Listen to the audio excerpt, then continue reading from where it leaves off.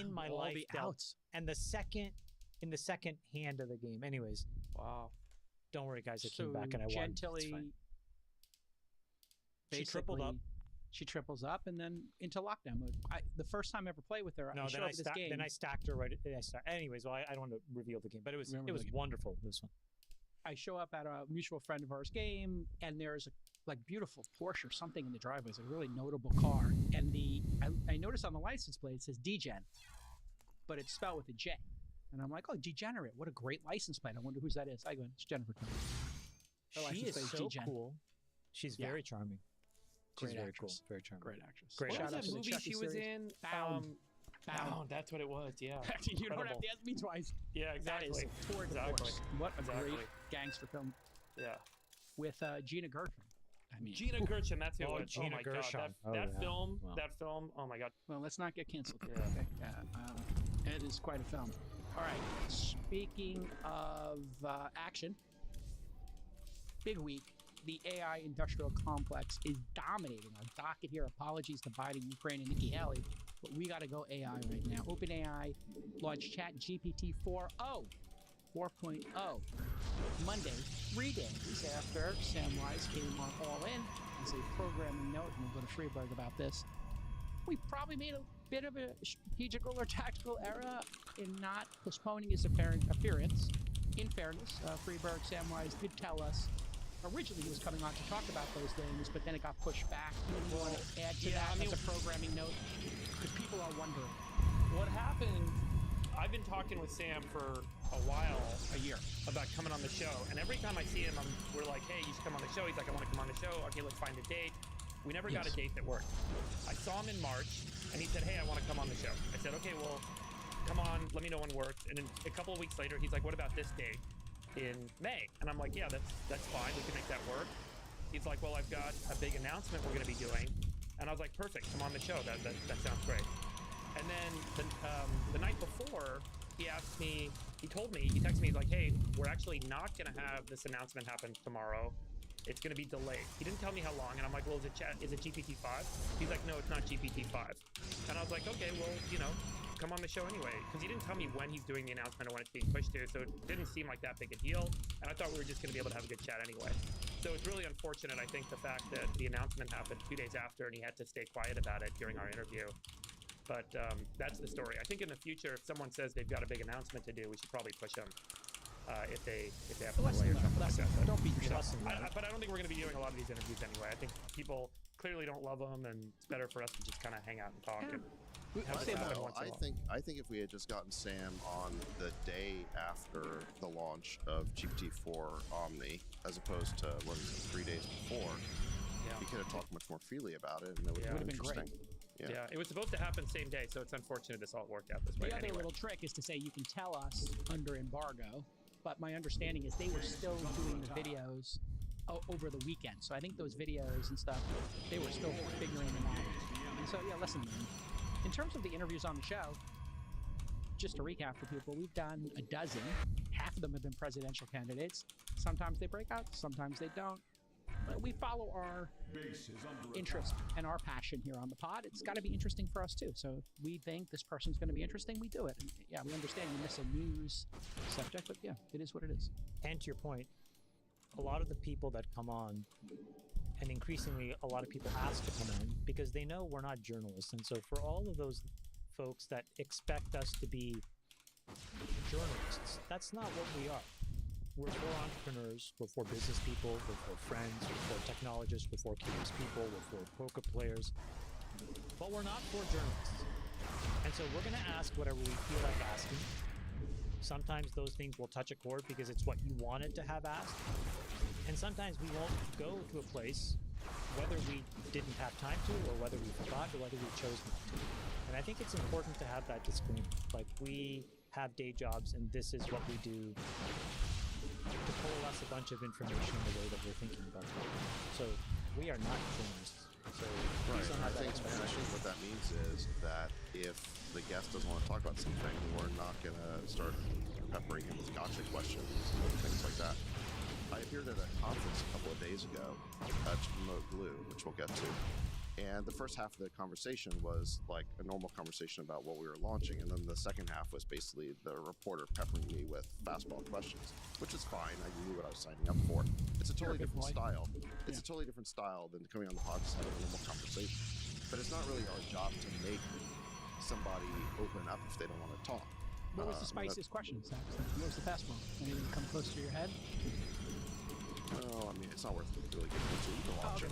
Yeah, I was just curious. Like, look, I kind of like sometimes when reporters pitch me fastballs because, yeah, you can strike out or you can hit it out of the park when they do that. That's an important part here. I think, as a former editor-in-chief journalist myself, I sometimes like to ask, I would say, a challenging question in a respectful way. I did that, for example, with Vake, just clarifying his thoughts on trans and gay rights. Wasn't disrespectful? Was thoughtful? Would you consider it spicy or hardcore? I don't think it was hardcore. He likes to talk about it. No, but that's because you asked it from a position of curiosity. You weren't trying to catch the No, see the difference? I'm actually interested in his opinion. No, that's my point. That's why it comes out differently, and that's why I think people enjoy these conversations. And sometimes we don't get to the other kind of answer because I'm not interested in trying to gotcha somebody that's working hard. I always have the same conditions when I do interviews, which is I don't clear questions and I don't let people edit it. But, everybody's got a different view on how to do interviews and viva la différence. If you like it, you like it. If you like Lex Friedman's version or Tim Ferriss's version and you prefer, Fox or CNN, go watch those interviews then. You can have a whole range of different interviews and interview styles available to you in the media landscape. We are but one. Sam Weiss mentioned on the pod last week that the next big model might not be called GPT-5. So, on Monday, they launched GPT-4o. The O stands for Omni. It's everything we love about tech. It's faster, it's cheaper, it's better.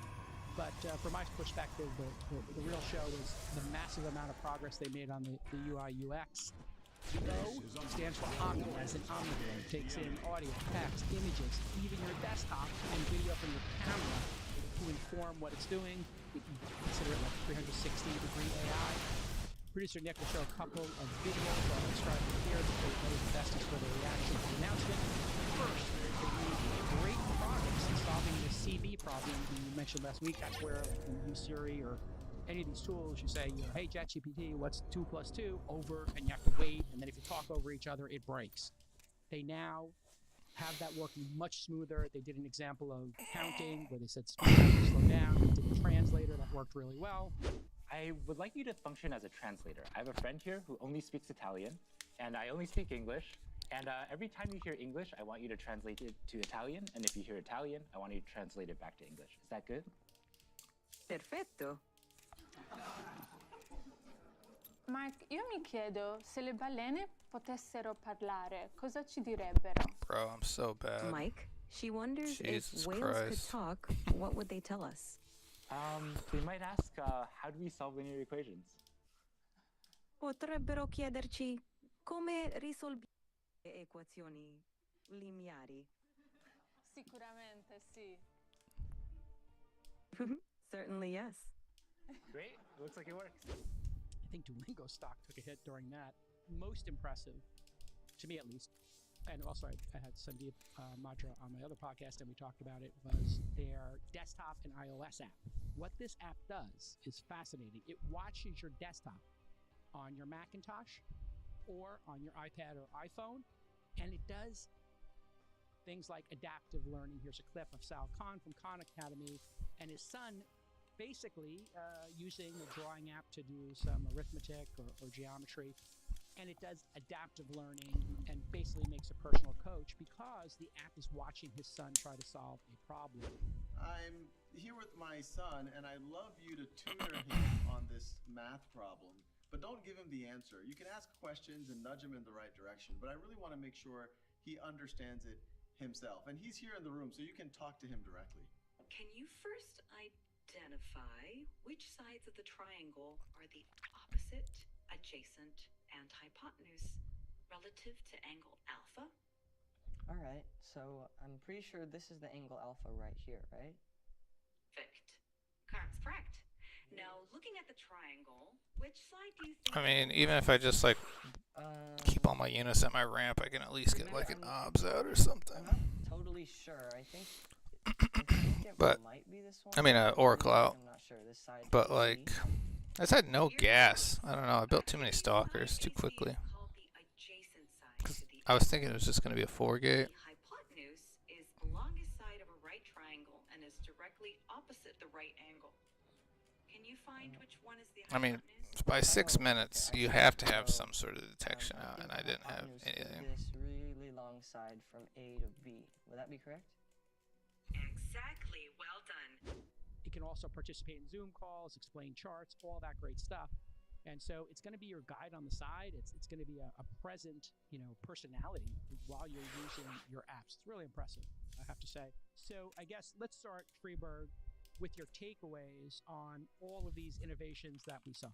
I think it's become quite apparent that there's an evolution underway in model architecture. And I think you may remember we talked about this briefly with Sam last week, but we're moving away from these very big, bulky models that are released every couple of months or quarters and cost a lot of money to rebuild every time they get re-released, towards a system of models. So this multimodal system basically leverages several models at once that work together or that are linked together to respond to the inputs and to provide some generative output, and that those individual models themselves can be continuously tuned and or continuously updated. So rather than have, hey, there's this big new release that just happened, this new model just got trained, cost $10 million to train it, it's been pushed. These models can be upgraded with tuning, with upgrade features, and then linked together with other new smaller models that are perhaps specialized for specific tasks, like doing mathematics or rendering an image or rendering a movie. And so I think what we're going to see is soon more of an obfuscation of the individual models and more of this general service type approach where the updates are happening in a more continuous fashion. I think this is the first step of OpenAI taking that architectural approach with GPT-4o. And what's behind the curtains, we don't know. We don't know how many models are there. We don't know how frequently they're being changed, whether they're being changed through actually upgrading the parameters or whether they're being fine-tuned. And so this seems to be pretty obvious. If you look at this link, one of the criticisms that initially came out when they released GPT-4o was that there was some performance degradation. And Stanford actually runs this massive multitask language understanding assessment. And they publish it, I think, daily or pretty frequently on how all the models perform. And you can see the scorecard here that GPT-4o actually outperforms GPT-4. And so this goes counter to some of the narrative that in order to get some of the performance improvements and speed improvements they got in 4o, that they actually made the model worse. And it seems actually the opposite is true, that the model's gotten slightly better. It still underperforms Cloud 3 Opus, which you can see here ranks top of these charts. But there's lots of different charts. All the companies publish their own charts. They all claim that they're better than everyone else. But I like Stanford because it's independent. Chamath, any thoughts after seeing it in combination with our interview? Do you think ChatGPT is running away with the consumer experience? Or do you think this is like neck and neck with some of the other players?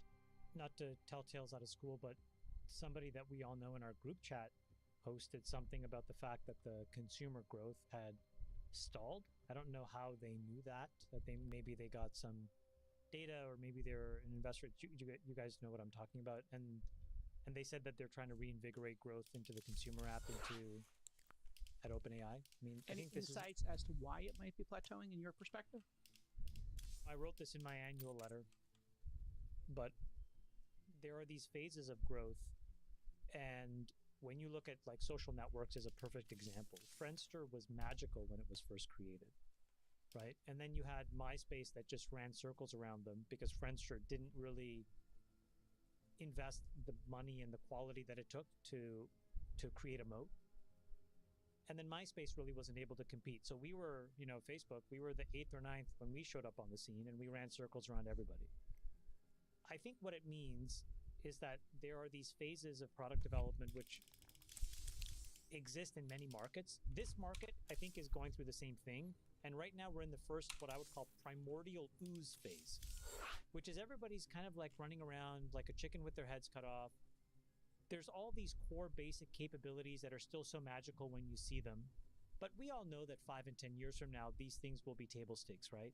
And what Freeberg just showed is a table of many companies and many trillions of market cap all effectively running to the same destination.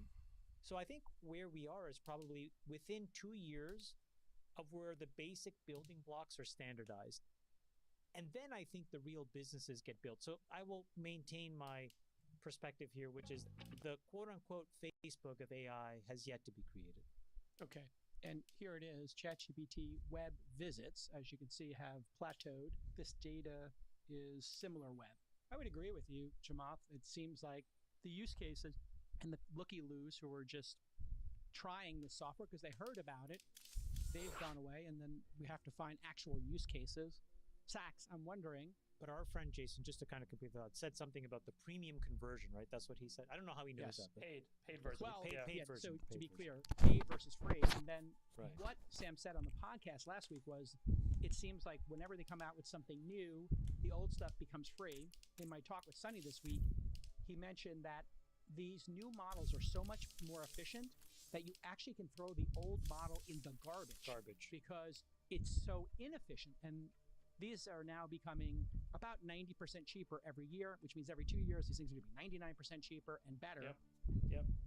And it might Pretty be amazing, that huh? OpenAI, Sachs, on a strategic level, is going to make all this free or close to free and maybe just charge for a multiplayer version. That seems to be where it's heading. You don't have to log in to use 3.5. You don't have to log in to use Google.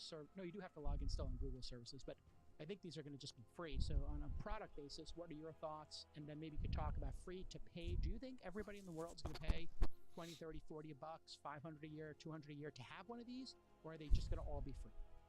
Well, I think you're assuming there that the long-term business model of OpenAI is in B2C subscriptions. And I think that's probably the least attractive business model they have available to them. It's sort of the first one and the most obvious one because they put out ChatGPT and then it's pretty easy just to roll out a premium version. But in my experience, B2C subscriptions, it's just not a very attractive business model because consumers just aren't willing to pay a lot and they have high churn rates and there's no possibility of expansion really. So I suspect they're going to move in more of a B2B direction over time because that's where the real money is. And probably the way they do that is by monetizing all the apps that are built on top of it. And I think that in that sense, GPT-4o is a really important innovation. By the way, the O stands for Omni, which I think stands for Omni-channel. I think you may have said omnivore, well, which is kind of funny too. Yes, it's Omni, which means all the different media types currently coming in, right? Like that's the difference. It's not like you just give it an image or give it a video.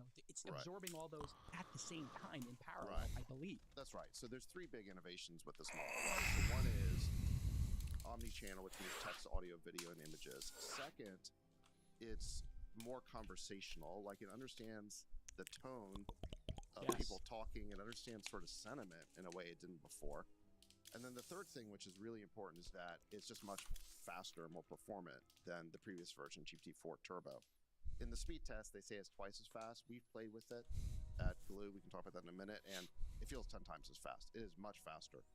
But it's the combination of all three of these things that really makes some magical experiences possible. Because when you increase the speed of processing, you can now actually have conversations with it in a much more natural way. Before, it was the models were just too slow, so there'd be a long delay after every prompt.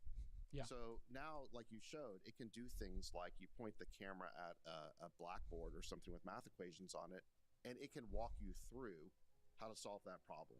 Or two people can be talking and it does real-time translation. You know, there's that old saying that every Star Trek technology eventually becomes true. They've just basically invented the whole natural language, real-time, universal translator. Yeah. So anyway, so those are some interesting use cases, but I just think they're going to be able to unleash a whole lot of new applications. And if they're metering the usage of the models and providing the best dev tools, I think there is a business model there. This thing is moving so fast. They're in like Leonardo DiCaprio mode. Every 2 years, they throw the old model away. Okay, let's keep. Thank you, Sachs. Bada bing.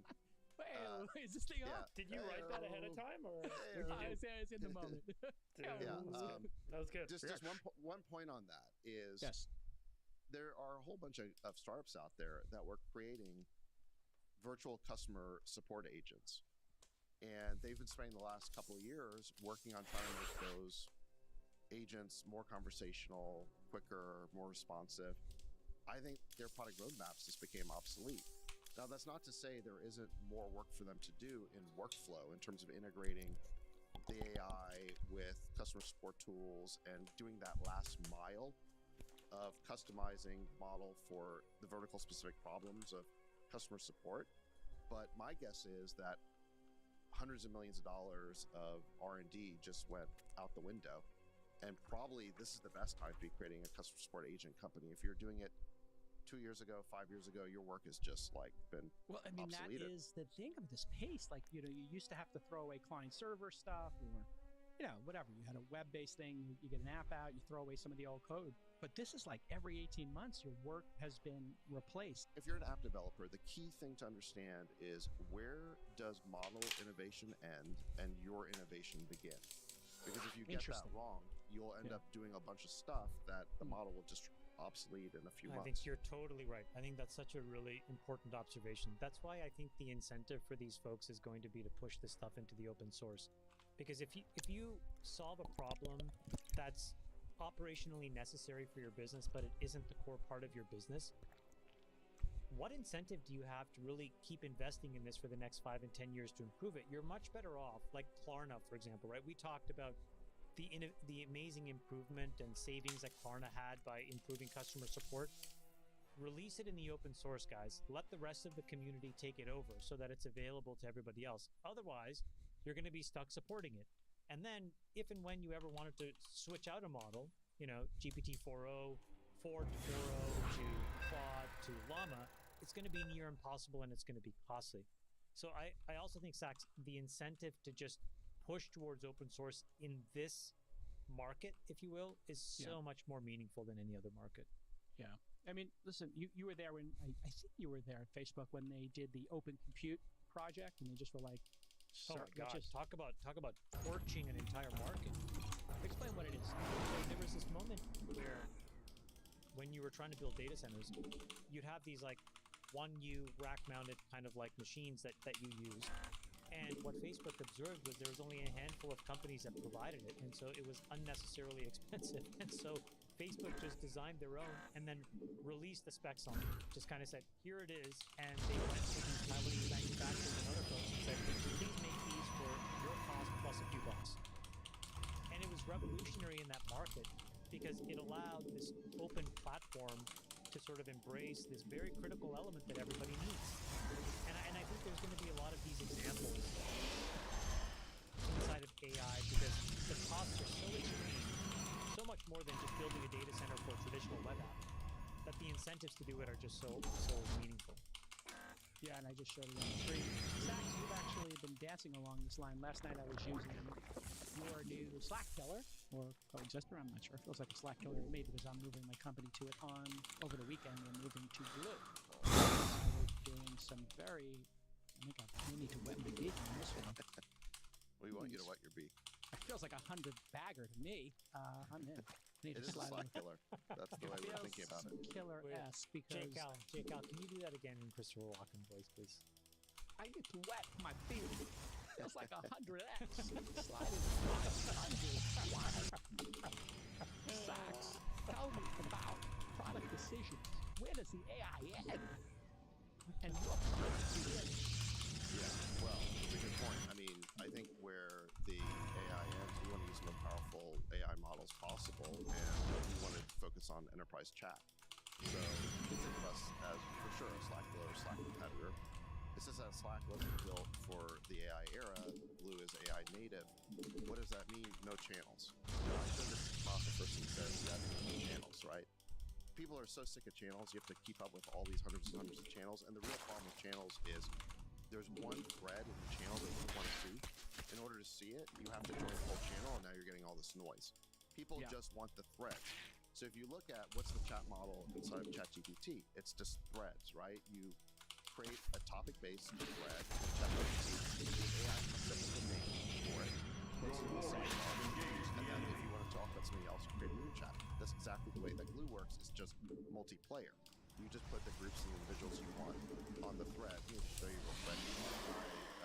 Glue here, and you can see that in the sidebar I've got all the threads that I've been involved in. Like I said, you can address them to multiple people or groups, and then you've got the chat here. Now, we've also fully integrated AI, and so Nick, who's our producer, just in this thread, said, at Glue AI, what countries does Zach talk about most in episodes? Episodes is a group we created to be the repository of all of the transcripts of our episodes. And so Glue did a search, and it said David Sachs frequently discussed yeah. And then Nick said specific about Sachs stance on the Russia war. And gonna overload the server. Well, here it said here, David Sachs has articulated lots of critical perspective on Ukraine-Russia war, on various episodes and all that.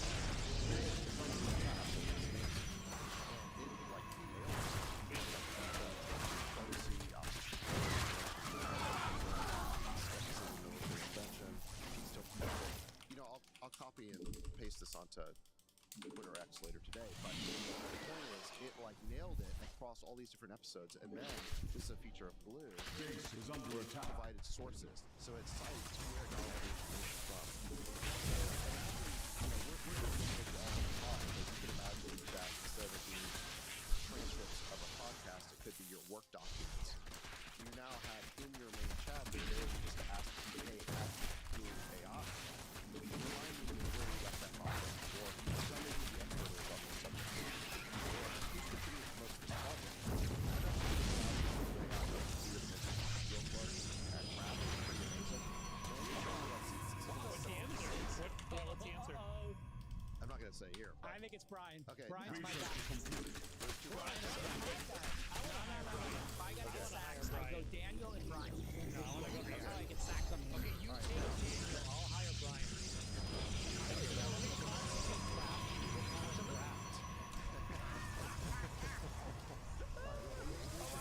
Hold on a second. Sachs, What? I just looked at the ChatGPT 4 Omni server, and when you did that query, it actually rolled its eyes. Keep going. Okay. Hey-o. So we talked about how ChatGPT 4.0 understands sentiment in conversations, and I think this is a really good example. So Evan, who's my co-founder at Glue, was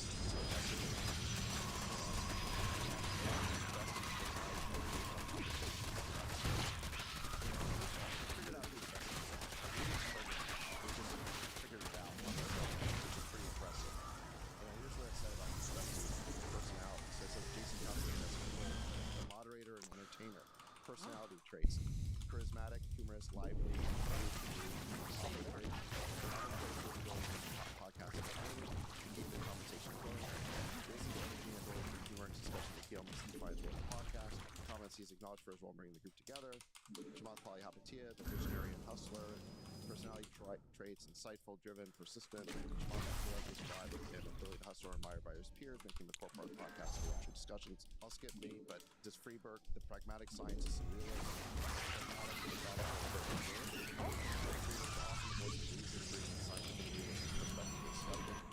he focuses on analysis, logical reasoning. And then it cites. What's up, Rocker? And it says here, overall, the dynamic between the four best. I mean, it's not broken. I just engaging podcast with a bringing their unique. I just needed one adept like right here How woke is this? Have you to like not let him mine out. It's really not good to let him mine out.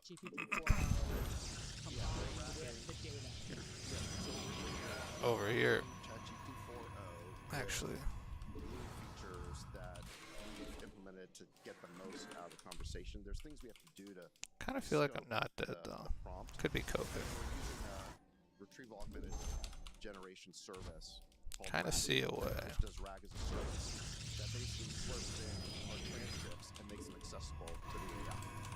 So that's basically the stack that we're using. But as the models get better, I have a lot of gas. Again, Can I just make a comment on this? It's just so clean. JCal was the key for me in abandoning Slack. He told me 2 or 3 years ago, he called me and he said, you can tell me the exact channels. I eliminated some channels that were random. There was like 2 or 3 channels that you banned that your Slack instance wasn't allowed to have. And I was like, this is genius. And I went to him and I was like, all of our companies should just eliminate these channels. And we could only 30% compliance, but it really started to turn me off Slack because I would get caught in these threads that were just so totally useless. And I thought, why are we so simple? And this is really great because you cannot blather on about nonsense in here, which I find really useful. Well, this is what happens when Slack. We use it at 8090, just so you know. So we're the When the early get into adopter Slack beta. too much, people start to think Slack is the job. And we're trying to Actually, I should probably chrono. There's a job to be done. So it's important. And what I liked about this implementation fact was it's like the ability to make a feed or a data source inside of your communication platform. So the fact that you import all of the episodes of the transcript is great. But what I want is like our HubSpot, our sales CRM. I want our Zendesk. I want our LinkedIn jobs and our LinkedIn job applications. Yeah, I think we're fine. I want a Coda to each have the ability. And when I was using it last night, what you do is you use the @ symbol to evoke and to summon in a way. It's like summoning Beetlejuice. So you summon your AI, but then you tell it what data set you want to go after. So you say, you know, @AI, let's talk about, Mineral I don't field know, depleted. how do you manage your deal flow at Craft? Do you use software like CRM software to manage deals? Brian, Daniel. We do it all in Blue, so it's already right there. But you're right. So the first thing that Blue AI has access to is all of your attachments, which is amazing. Thanks for the follow. Much appreciated. With that, we can look at all your attachments, and we've got, I think, 6 integrations at launch, and there'll be more. So yeah, like all of your enterprise data. I saw a bunch of overlords over here, but now I don't see them. In the repository by mentioning. Where did they go? Oh, here they are. Help of where to look. But in the future, it's going to figure it out on its own.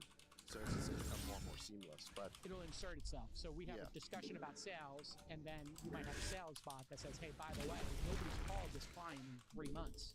Well, that's where I want to go with it, is I call that prompt list. I want the AI to find out whether that it has relevant information and can help the team. If it has some we'll be able to get to by GPT-5. That's totally where this is headed. I'll show you one more fun example, if I could. Let me just show you this. So I asked it to write a letter to get guests at the All-In Summit.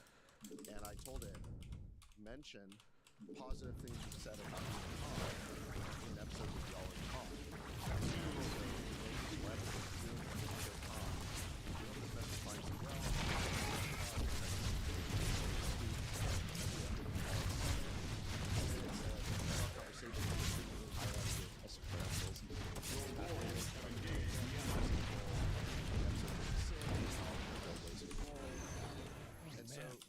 Was able to quote episodes of the All-In Pod.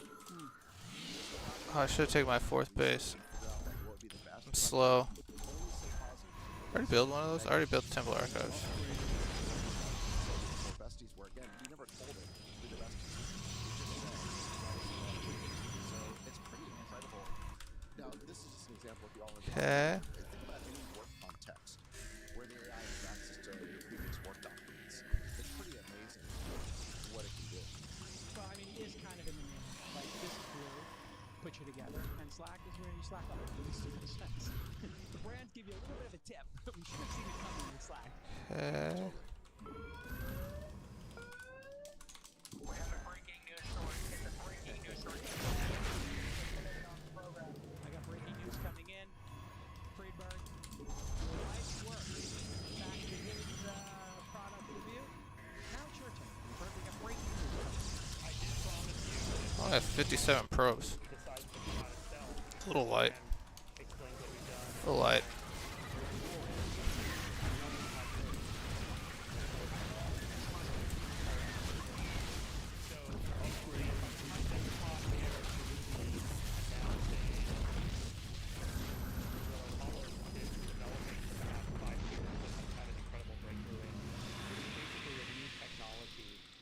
Agriculture. And we call it, I'm going to take a couple minutes just to talk through what we discovered.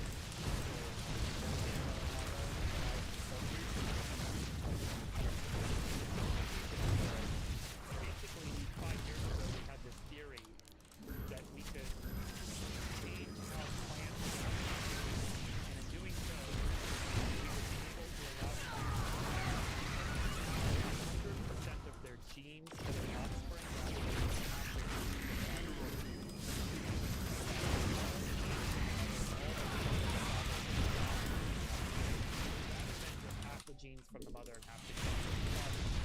And this would radically transform crop yield and improve the health and the size of the plants, which could have a huge impact on agriculture.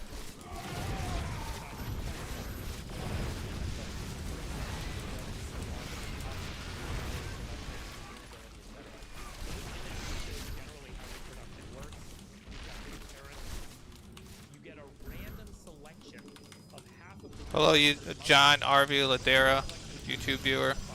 Thanks for watching. Thanks for following me on YouTube. when people have kids, every kid looks different. And then those I already got +2 there. That's pretty so every bonkers. time a new child is born, every time a plant has offspring, you end up with different genetics. And this is the problem with plant breeding. Let's say that you have a bunch of genes in one plant that are disease resistant, a bunch of genes in the other plant that are drought resistant, and you want to try and get them together. Today,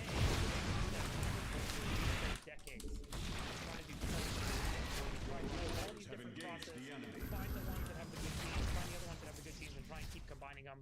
And it can take forever, and it may never happen. So you can get all the good genes together. Disease resistant and drought resistant. Nice. So what we did is we came up with this theory that we could actually change the genetics of the parent plants. We would apply some proteins to the plants, and those proteins would switch off the reproductive circuits that cause the plants to split its genes.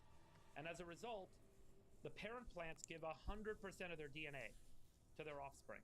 So the offspring have double the DNA. No storm. You That was get by all the genes design. from the mother, all the genes from More the father. Archons.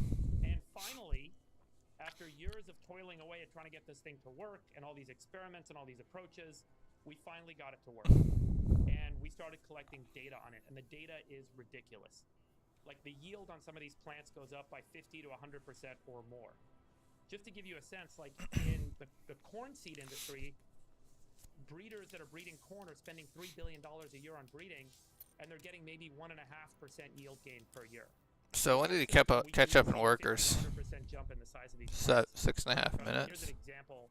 This is a little weed that you do experiments with in agriculture.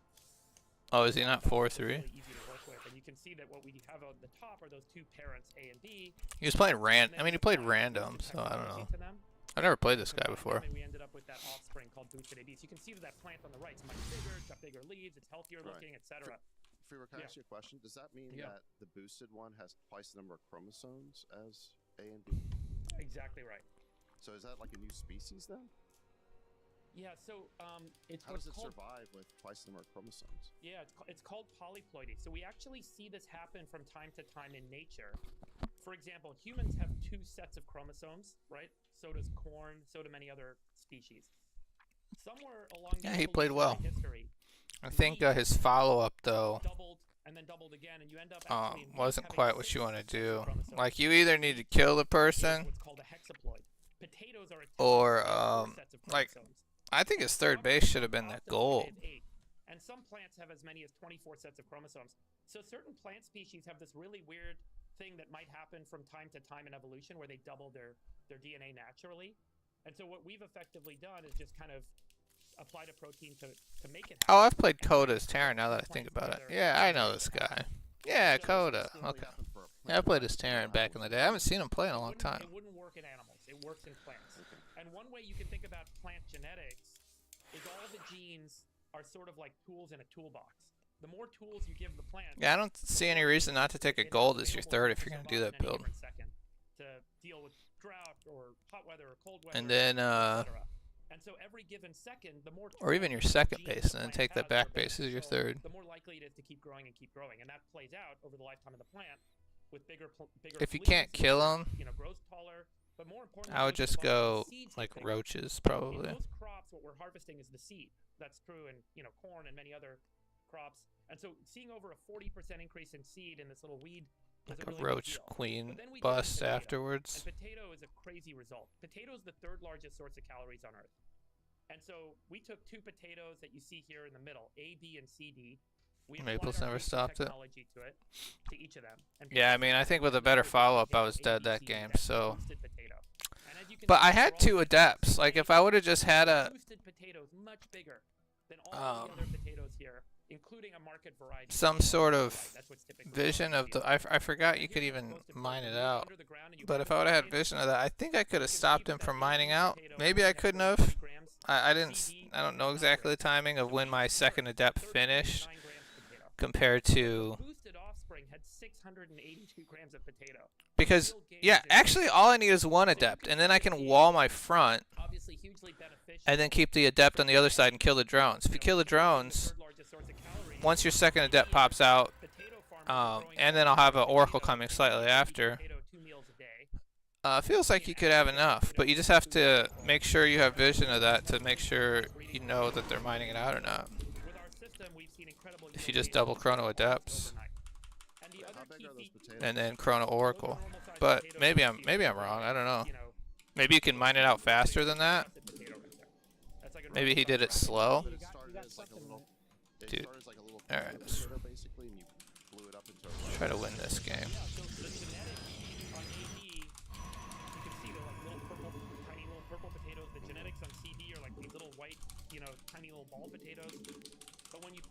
Is it like 4 a.m. your time, Rocker? Are you up or you haven't gone to sleep yet?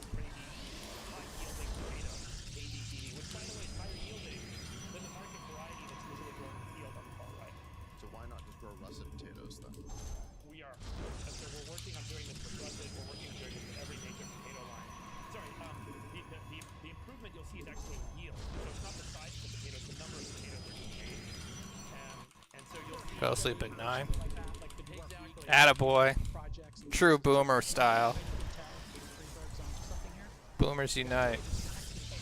Bed by 9. Wake up at 4. Yeah, me too. I sleep 6 or 7 hours a night. It's probably not great for you, but that's all I've ever been able to sleep for years and years. When I was a kid, like in my 20s, I could sleep so much longer. I mean, again, one of the other advantages of the system that we've developed, let me go back here, and I just want to take 2 seconds on this.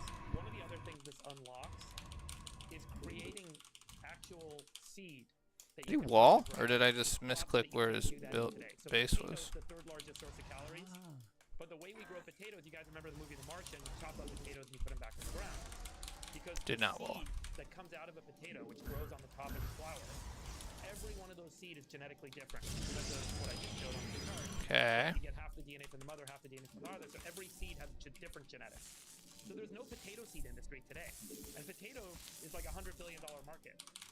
With our system, not only can we make potatoes higher yielding and make them disease resistant, what we also make is perfect seed. So farmers can now plant seed in the ground, which saves them about 20% of revenue, takes out all the disease risk, and makes things much more affordable and easier to manage for farmers. So it creates entirely new seed industries. So we're going to be applying this boosted technology that we've discovered across nearly every major crop worldwide. It'll both increase yield, but it will also have a massive impact on the ability to actually deliver seed. Okay, I need a battery. It's probably too safe how I handle this. But less water, less land, I less don't know. energy. You need more fertilizer. Feels not that bad to do it this way. Oh, he didn't let it finish. Fertilizer use per pound produced should go down significantly as we get to Interesting. and we're doing this across many crops. So there's a lot. Thought he'd just go for probe kills. And tell us about production in the field. Tell us about the patents and how important patents play a role in this, because isn't it like one of Monsanto's big things, like they just go and sue everybody? Nice. Whatever, like, I'm gonna answer you one second. I'm just gonna switch my headset. Wow, we went from sacks and boxed Freeburg's crops. I'm glad quite we're an doing. episode. I'm glad we're doing such a second because all of a sudden, like group chat will seem very important. Yeah, wow. We just grain prices here. I wouldn't be able to grow wheat in the desert and in the He rainforest. solved the world food problem. Yeah, Sax. What did you do for the last 6 months? Yeah, we made enterprise chat. We added AI to enterprise chat. We cleaned up your Slack. So yeah, when you invest, we've invested a ton of money. This was stealth for 5 years. We put a ton of money into this business. So when you invest like, I mean, north of 50, north of 50, yeah. 50 million 5 years, and you don't have a product in market. Wow, that's some deep we tech. actually have some product. Yeah. So Oh, he went Oracle. The way we've been making money and some of the business we've been doing. Oh, okay. Make sure this is like clear. So that last photo you showed with the different types of potatoes, you had created the super huge ones, but you're saying that the yield benefit here is just you create a much bigger, hardier plant that's capable of producing Many more potatoes. I'm gonna set a trap down. You can control for that when you breed. So the selection of what plants you put together in the boosted system allows you to decide, do you want small, medium, large? That's all part of the design of which plants do you want to combine. Okay, because your goal is not to turn like a russet potato into like a watermelon. Nice. Or something like that. No, the goal is to make more russet potato per acre. Okay. This guy is gonna fly some phoenixes or oracles into my for food. That's the goal. And so it's all about yield. It's not about changing mineral line pretty quick. There's some crops where you want to change the characteristics. I can like you might want to steal it. make bigger corn kernels and bigger pods on the corn, which is another thing that we've done. And that's actually been published in our pack. And the reason, by the way, I'm talking about all this, some of our packs started to get published last week. And so when that came out, the word started to get out. That's why we decided to get public with what we've done, because it's now coming out in the open. You mentioned something briefly there about where different crops. Big crops like wheat and corn, they're only available in very specific parts, north of the equator. They can't be in jungles, can't be in obviously polar or desert extremes. So if you're successful, what would this do for, on a global basis, where these crops are made? Because That's remember this whole discussion about Ukraine, like Totally. the wheat belly of Europe, the cradle of wheat. Yeah. It's a great question. I'm so glad you asked it, because that's one of the key drivers for the business. Oh my gosh, I gotta finish scouting over here. I'm trying to find his oracles. That you otherwise can't grow food. Today, there's close to somewhere between 800 million and 1 billion people that are malnourished. That means they are living on less than 1,200 calories a day for more than a year. But on average, we're producing 3,500 calories per person worldwide in our ag systems. The problem is we just can't grow crops. Oh my gosh, just fly up Phoenix into his base. Nice. Where we can take crops that are very drought resistant or can grow in sandy soil or very hot weather and adapt cooling I thought I built a forge. to those regions, but through the system, we can actually move significantly where things are growing. Oh. And improve food access in regions. And how people look at a potato, how do you go from harvest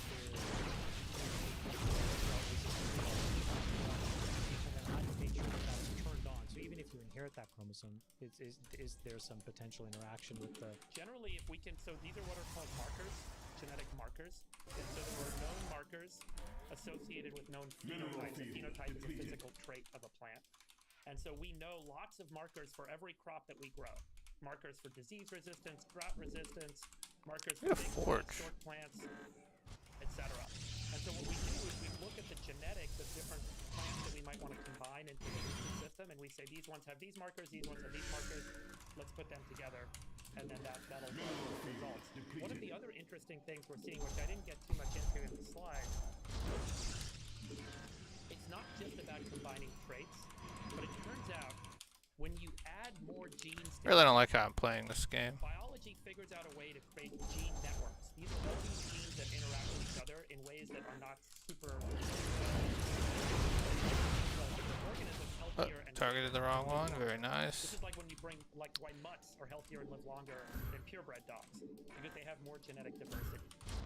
So there's a lot of work now in what's called quantitative genomics, where you actually look at the statistics across all these genes. You can use a model. Like what I'm doing just does not work. Which two crosses you want to make out of hundreds of thousands or millions of potential crosses that the AI predicts, here's the two best ones to cross, because you'll get this growth or this healthiness. So how do you want to make money from it? Are you going to sell the seeds? Are you going to become the direct farmer? Are you going to become food as a service? Like, how do you make the most money from this? We're not going to farm. Farmers are our customers, and so there are different ways to partner with people in the industry who already have seed businesses or already have genetics and can improve the quality of their business. And then there's other industries like in potato where we're building our own business of making potato seeds, for example. So every crop and every region is actually quite different. So it becomes a pretty complicated business to scale. We're in the earlier days. We're already revenue generating. I would like a sweeter blueberry. No comment. No comment. I think it's Driscoll's blueberries. Also, the Driscoll, I've had only one batch of a Driscoll strawberry that was just off the charts, and every 19,847 other batches I bought have been total shit. Yeah. Now you want the European small ones or the Japanese those ones from are Hokkaido delicious. because they're rich and sweet and they're not these like monstrosity flavor of strawberries. What's Could that you do about, a Freeberg? seedless? Could you do a seedless mango? Yeah, they'll cut it. So you can just cut it. Oh my God, how great would that be? The Smooth it amount out. of work per bite on a mango is like the worst ratio. Yeah.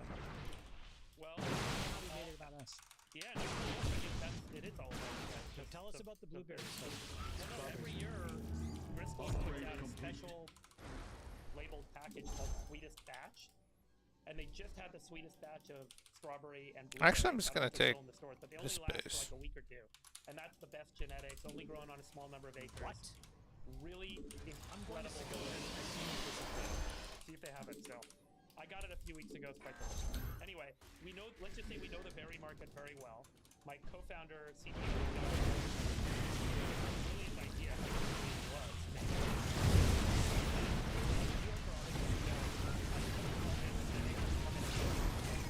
We started talking. Judd came up with this idea for boosted breeding, and so we started the business with Judd, and Judd ran molecular breeding at Bristol. So we have a lot of Bristol people that work at Ohalo. We know the But market really well. can you go back to the patent stuff? Like, are you? Oh, yeah, sorry, will that was the some question. seed person? So sue we you? spent $50 million on plus on this business to date. So we have filed for IP protections that people can't just rip us off. I would say I think that the real advantage for the business arises from what we call trade secrets, which is not just about taking patents and going out and suing people. That's not a great business. The business is how do you build a moat, and then how do you extend that moat? The great thing about plant breeding and genetics is that once you make an amazing variety, the next year the variety gets better, and the next year the variety gets better, and so it's hard for anyone to catch up.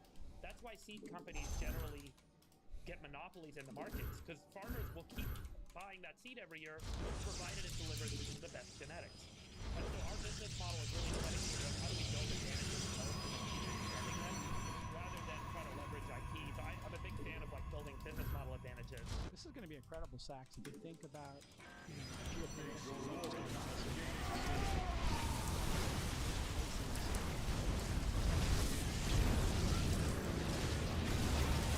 geopolitical crops that could be farmed there in Freeburg, you would change humanity. And then all these people buying up farmland in America, that could be valuable for that limited of a resource. Yeah, Freeburg. First of all, like farmland in America is mostly family owned. 60% so a lot of families own it, and then they rent it out because they stop farming it. But the great thing that we've seen in agriculture historically is that the more calories we produce, the more food we produce, the more there seems to be a market. Like any other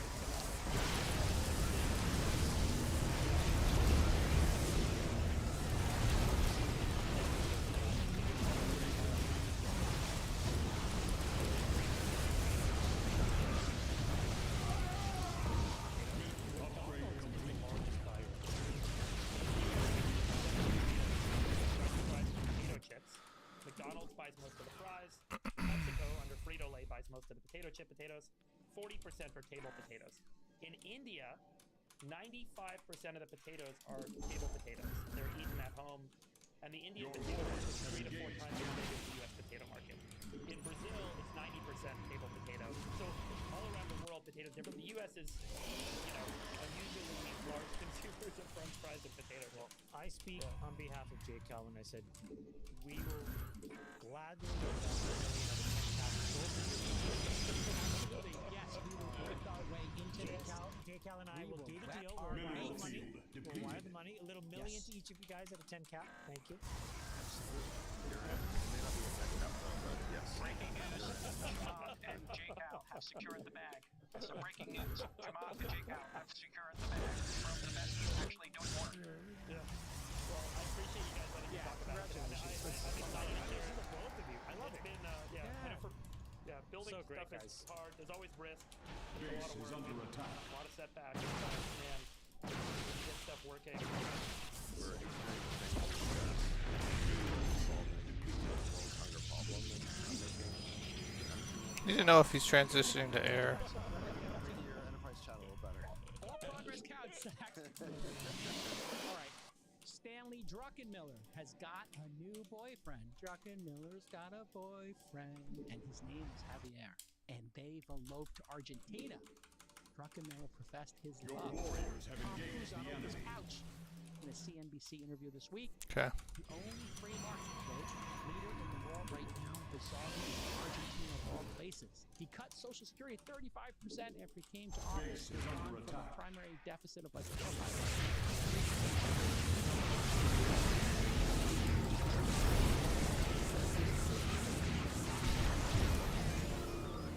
has explained how he invested in Argentina after seeing Here's a 30-second clip. Play the clip, Nick. By the way, do you want to hear how I invested in Argentina? It's a funny story. I wasn't at Davos. Vespine Geyser I exhausted. saw the speech in Davos. Vespine Geyser exhausted. In my office, I dialed up Upgrade Perplexity and I complete. said, "Give me the 5 most liquid ADRs in Argentina." It gave me enough of a description. Mineral that I field followed the old depleted. Soros rule. and Mineral invested field in it. depleted. I bought all of them. That's quite Research complete.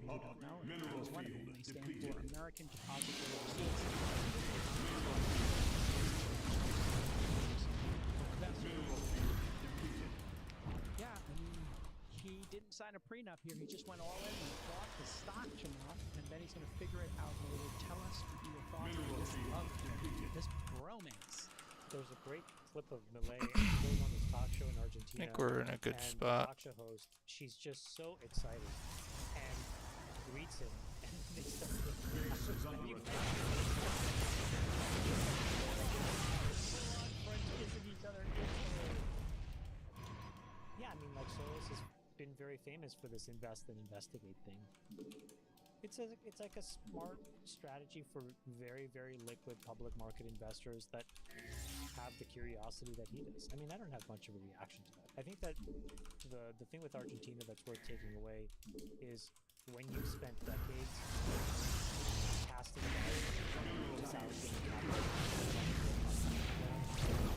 the formula for fixing it is exactly the same. You cut entitlements and you reinvigorate the economy. And so the thing we need to take away is if we don't get our shit together, that's probably what we're going to have to do. Sachs, you influence Millet on Base is under American attack. politics. Will there be Elon did at Twitter, Facebook, and Zuck did at Facebook. You think that this, experiment he's doing down there of just cutting staff, cutting departments, politics? Base is under attack.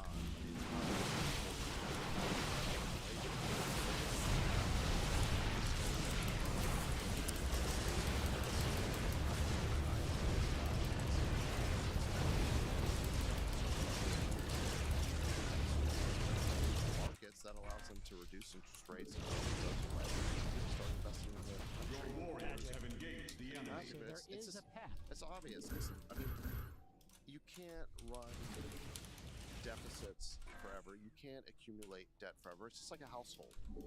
If you're Actually killed my Nexus.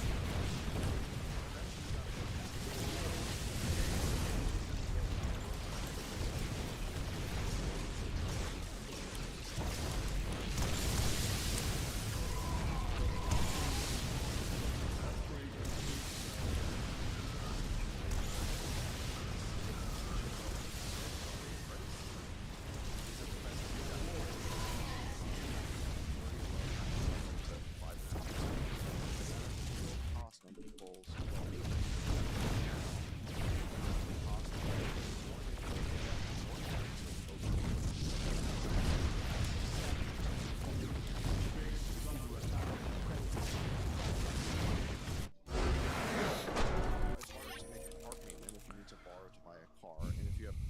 personal debt, the interest rate's going to be higher. The inflation rate actually doesn't take into account any of those things. Remember, Larry Summers did that study where he said the real inflation rate would be 18% or would have peaked at 18%, Nice game. included cost of borrowing. That's why people don't feel as well off as the unemployment rate would normally suggest. So people hit really hard when interest rates go up in terms of big So you call getting a response. and then of course it's really bad for the investment environment because when interest rates are really high, that creates a Vintage higher response growth rate, and game. people don't want to invest. Don't in move out of your base risk for assets. 20 And minutes. eventually the pace of innovation will go down. And Just Druckenmiller a made move. this point in his next set of comments. He said that Treasury is still acting like we're in a depression. It's I just interesting have a that lot harder President time and the actually private getting sector to this people went anymore. back basically with no new ideas. I get So like interventionist policies were called for and were effective. He said the private sector could not be more different today I think than it was in the Great like Depression. The balance sheets one of are the very healthy, worst things and for everyone it sees that the happened was the innovation mothership that not the having sector could take advantage of, like cloak blockchain, like AI. all the time. He says all the government needs That to do makes is it know way harder to like to innovate, hold your spend, third, spend, and because it was spend. already like And my super feeling hard to right hold your now third is that base. spending and the resulting interest And rates you'd on usually have to that just are like created kill the are obs and gonna hope to crowd hold out with like some basically innovation have like of maybe what one or could take two place. carriers So and like Druckenmiller 4 theorized immortals, actually, and then you'd have a this mothership is what I out. said way back in 2021. But now that it doesn't have forever cloak, Little David Sachs victory lap. We need a little graphic for that. Druckenmiller used the word Bidenomics. it's He said, just I give it's it hard. an F because they're still printing money and spending money like we're in a depression, even though we're in a rip-roaring economy. And when they started doing this back in 2021, I tweeted Bidenomics equals pumping trillions of dollars of stimulus into a rip-roaring economy. I'm not going to pretend like I know what's going to happen next, but never tried this before. What happened next was a lot of inflation. Like you have to be just down very to far business. ahead According from to like doing even damage just to be Keynesian able to hold. economics, the reason why you have deficit spending is because you're in a recession or depression, and so you use the government to stimulate and balance things out. You don't Smooth it do out. deficit. Yeah. You don't do deficit Rematch. spending when the economy's already doing well. So this spending, there's no reason for it. It's like showing up to like a party that's going crazy and being like putting gasoline on the fire. Yeah, I mean, more importantly, it should limit the approval or action of certain programs that you might otherwise want to do in a normal environment, but in an inflationary environment, you don't have the flexibility. Student loan forgiveness is a really good example. Is now the time Of course not. to do student loan forgiveness, or do we wait for inflation to temper a bit? Is now the time, so there's just a lot of these examples that actually the opposite is true. All of those things get revoked. Before we move on to this, what we have seen on Washington here is a contradictory and therefore self-defeating policy. You've got the Fed jacking up rates to control inflation, to move the cost down. You've got What are we gonna do here? I'm gonna make my opening look the same, but I'm gonna follow up differently. I just don't know how. It's like driving with your foot on the brake and the gas at the same time. It's not a great idea. Oh, maybe I'll do a different build. I know what I want to try again. Yep. Oh wait, am I supposed to scout? No, scout after my second gate. Good. Didn't mess up yet. The difference between precision and accuracy. What I mean by that is precision really. Yeah, I'm not gonna do the same open. I'm not gonna do Stargate opener this game. I'm gonna try a Robo opener. I've been kind of messing around with the Robo opener, but I'm not very good at it. And so that means you, for example, might do a ton of diligence on a company and I don't know which side I should build. I think I should maybe build a pylon on this side. Then I can get a battery there, actually. of that business and where they are in their cycle. Probably need to fix that. You could be very precise. If you build one here, can you get a... I think you can build a pylon there. Because then it's farther forward towards the ramp. Back when Amazon was taking off and have done a lot of precise analysis on Macy's margin structure and performance and said this is a great business. But they I guess I'll go double stalker. which is that e-commerce is going to sweep away Macy's. Maybe I could go... Or it's not possible in the analysis. Century Let's be stalker. honest, Freeberg, nobody could make that But, stupid of a trade. I don't to know. say Macy's versus Amazon over the next 10 years. And so, like, Centuries are pretty good now. They really are. Poke the tiger. Let's not get into it with other podcasters. The worst spread trade in history. Yeah, let me just finish the statement.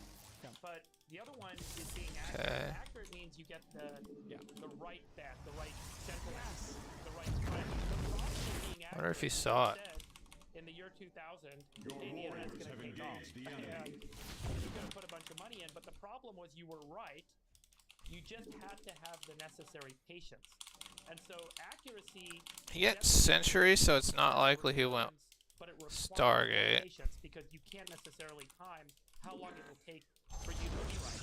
So a guy like Druckenmiller is making an accurate bet. He bets correctly on the trend, on where things are headed. He doesn't necessarily need to be precise, but he has the capital and his capital structure that allows him to be patient to make sure that he eventually gets the return. And to build on your thoughts, having watched this movie a couple of times and thought Twitter investment as but one example, I had the opportunity to invest in Twitter when it was like a single-digit million company. I just thought, you know what? This thing is only like the headline, and I told that like it's the headline. It's not like the entire blog post. It'd be a company of idiots. This thing is going to be chaos, and I was right, but I was wrong. Hey, great bet, but my wrong analysis. Right. And so Oh my gosh. precision is other aspects. Yeah, I need to build my third pylon at least on the low ground. This pylon spot sucks, man.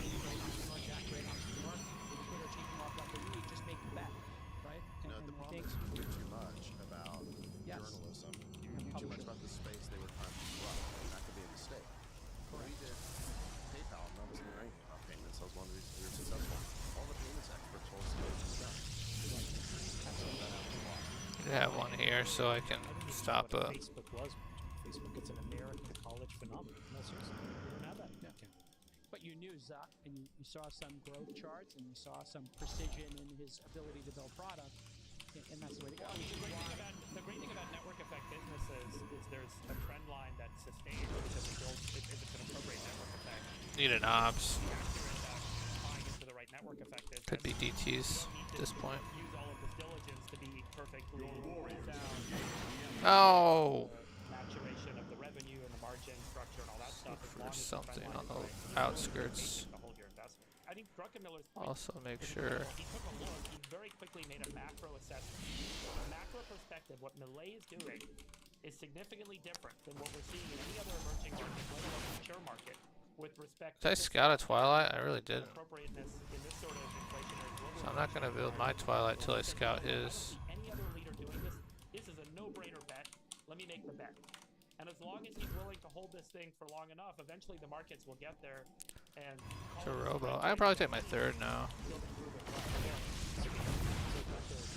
Okay, there's his Twilight. Jake, you told me this week that you just made your own investment. Tell us about that. Yeah, so I've gotten very lucky now because a lot Start of my Twilight. the first couple of cohorts of investing I did when I was a Sequoia Scout have come back to trade second and third companies. And so, you know, that happened with TK, Uber, and Cloud Kitchen. It happened with Raul from Keep a couple stalkers on this side. Superhuman. And then it happened recently. Need some just more in the gates past now. year. My friend Jonathan, who's the co-founder of Thumbtack, asked me to come to dinner, and he said, hey, you're the first investor in Thumbtack, maybe the first investor in this company, Athena. And I said, sure, and then he explained it to me. And we put a 7-figure bet in, which is rare for us as a seed fund. Normally our bet sizes are 100K, 250, you know, it's a $50 million fund. Why did you do it?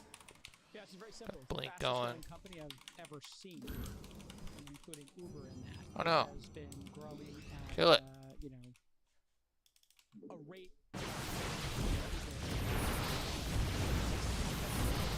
Very simple concept. When Thumbtack Trying to attack. Did he kill my ops too? No way did he get my ops. researchers in What? places like Manila, etc., in the Philippines, knowledge workers. And what they realized was the 0.1% of those knowledge workers were as good or better than, say, Americans at doing certain jobs. And so they created this virtual service at university.lab.com. And we now have 2 of them inside of our company. It turns out Americans don't want to do the operation role, so it's kind of like AWS. You just give them $36,000 a year. They give you essentially an operations or an EA. And they have ones that are kind of chief of staffish. And this company is growing like a weed. So I am working with them on product design as well. So imagine having, you know, 2 or 3 of these All right. people who are trained. This is our timing. MBA class level. See if this works. They pay them 2 or 3 times what they would make at any other company, and then they pair them with executives. Kind of in the underground secret. Because it's only by invitation right now, because they can only train so many people. But if you've tried to hire an executive assistant, I don't know if anybody's tried to do that recently. You hooked me up.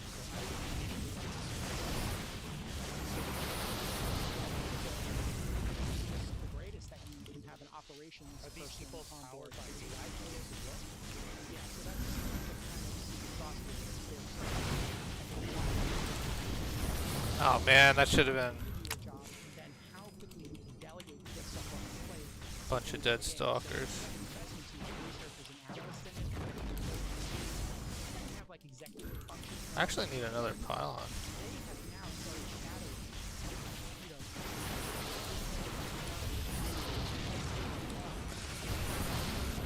know. Oh, my micro's so bad.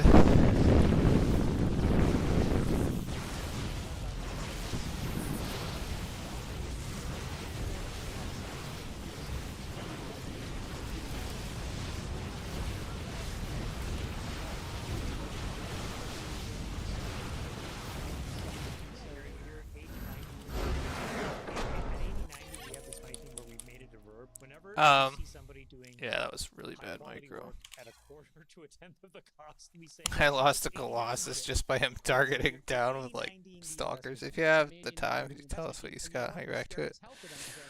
Yeah, I tried to, but You now get to, instead sometimes of I doing a just check and call like once a month, you can do a check and call every other forget. week or every week. Or instead of doing 15 first round interviews a week, you can do 25 because you have this assistant with you doing all the repetitive work.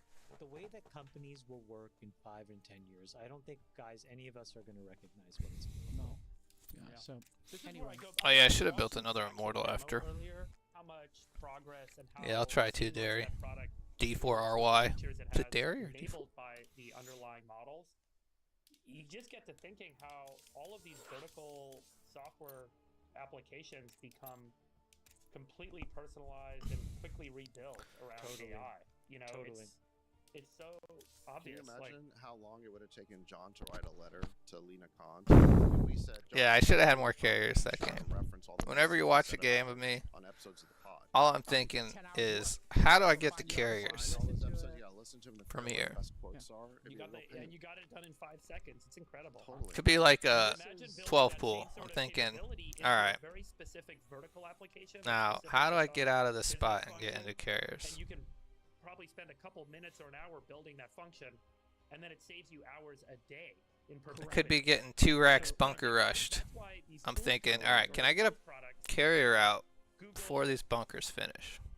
Microsoft, Amazon, and a few others are building are actually incredible businesses because so many enterprises. It's because I, dude, 80% of the games because I lose the first carrier. The first carrier is very important. People don't realize this. Stream of emails of companies that are like, or people that are like, we have this product idea, or we have this small product. It snowballs. It's like a, you know, this is crazy. it's rolling downhill. Guy that's like, oh, we've 80-90 Photoshop. So like we have like a much cheaper version of Photoshop, and the guy was doing like a few $1 million of ARR and growing really nicely. Then it turned out that somebody saw that and then 80-90'd it. So then there was an open source version of that thing. And so to your point, Fever, none of these big companies stand a chance. Yeah. It's everything is going to get cheaper and faster. Yeah. Not because the products aren't good, but like J. Cal's going to go off and experiment. Zach's going to go off and build a product. You know, as every time that you're at a boundary condition, we're all going to explore, well, maybe we could do this with AI. Maybe we shouldn't hire a person. Not because we're trying to be mean about it, but it's because the normal, natural... Oh yeah, that's another build I wanted to try. And the OPEX of companies is just going to go down, which means the size of companies are going to shrink, which means the amount of money you need is going to go down. And that's just going to create the ability for these companies to sell those products cheaper. So it's a massive deflationary tailwind. We had the same thing happen with compute, and now it's happening inside of organizations. I wrote a blog post about this on the Substack called ADD. This is the framework I came up with. I told my entire team, look at what you got done every week, and I want you to ask 3 questions. How can I automate this? How can I deprecate this? And how can I delegate it? What does deprecate mean? And what you're doing, David. The delegate part is What do you know? .com. And then the deprecate is, hey, just be thoughtful. What are you doing that you don't need to do? And that's Google? 80-90 Hello? doing something. Like, there are things inside these products that you don't actually need. What's the core functionality of the product? You know, make it as affordable as possible. And then what's going to happen for people who think this is bad for society? You've got it completely wrong. we're going to have more people be able to create more products and solve more problems. The unemployment rate's going to stay very low. We're just going to have more companies. So the idea, like, there was somebody who's working on very small, like, software. I get pitched on very niche ideas. I want to create something where people can find people to play pickleball with, right? Like a pickleball marketplace. Now that wouldn't typically work because you would need $5 million a year to build that product. But if you can build it for $500,000 a year, well, now you've only got to clear that number to be profitable. So a lot more smaller businesses, a lot more independents, all these little niche ideas will be able to be built. And a VC who says, I'm not giving you $5 million to build that app, will be like, but I will give you $500K. And that's what I'm seeing on the ground in startups. The same startups that had a requested $3 million in funding 5 years ago are now requesting $500 to $1 million. It's deflationary all the way down. Did you guys see the incredible? Did you see the Google thing? Did you guys see the Google AI Gemini stuff? ChatGPT Omni launched at the same time, or perhaps strategically, right before Google dropped its latest AI announcements at I/O. The biggest announcement is that they Why do I not have enough going gas to for another change search. century? This is the piece of the puzzle in the kingdom that they have been very concerned with, and they're going for it. The new product, and they have like 20 different products. You can see them at labs.google where they put all their different products. But this is the most important one. They call it AI Overviews. Basically, it's Perplexity. For most users, by the end of the year, they're going to have this. Here's how it works, and you can see it on your screen if you're watching us. Is this safe? This Here can't they be give an safe. example, how do you clean a fabric sofa? This normally would have given you 10 blue links. Here, it gives you step-by-step guide with citations and links. So they're preempting, the issue of people getting upset. And as I predicted, they're going to have targeted ads. Here's the things you need in order to clean your couch. You can only use this if you're using your Gmail account. If you use like a domain name on Google Docs, it won't work there. So go to labs.google.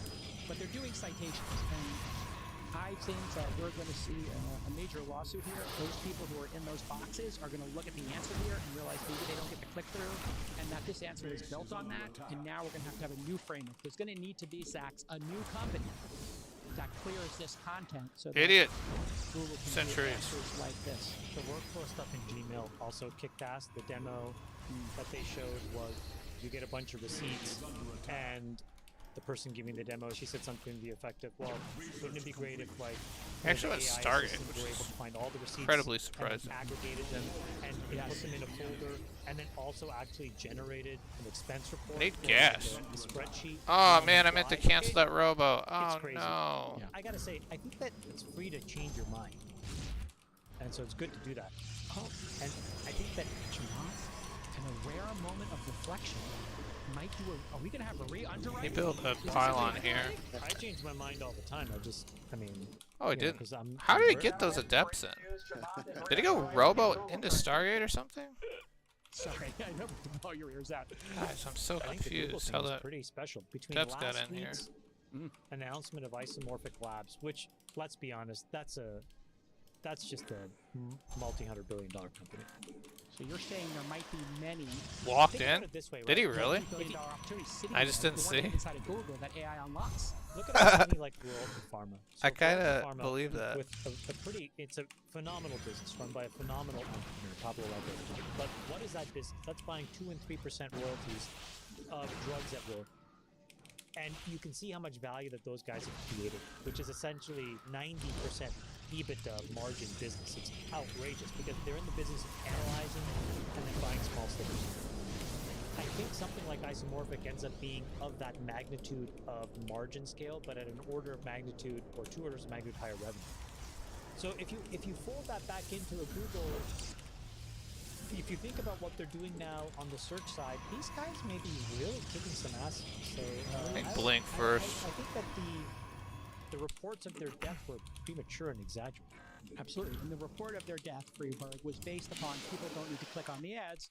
But as I said on this very podcast, my belief is that this is going to result in more searches and more knowledge engagement, because once you get how to cook your still steak back and get there. The right temperature, right, for medium rare, it's going to anticipate your next 3 questions better. So now to say, hey, what wine pairing would you want with that steak? hey, do you need steak knives? And it's just going to read your mind that you need steak knives, and Chamath likes to buy steak knives, but maybe you like to buy mock meats, whatever it is. It's going to drive more research and more clicks. So while the monetization per search may go down, we might see many, many more searches. I really hate this Freeberg, you work there, and when we look at the positioning the future on of the my company and the stock price, and if we pull it up, man, if you had held your stock, yeah, I don't know, did you hold it? I bought some No, your during original the stock. hate my positioning on this Yeah. cannon. I'm gonna build I another sold one, all my unfortunately, stock back because when I started Climate because I was a startup entrepreneur. actually I'll build it over here. So, which I In recently hindsight? I did the math on it. It was pretty. It would have a lot.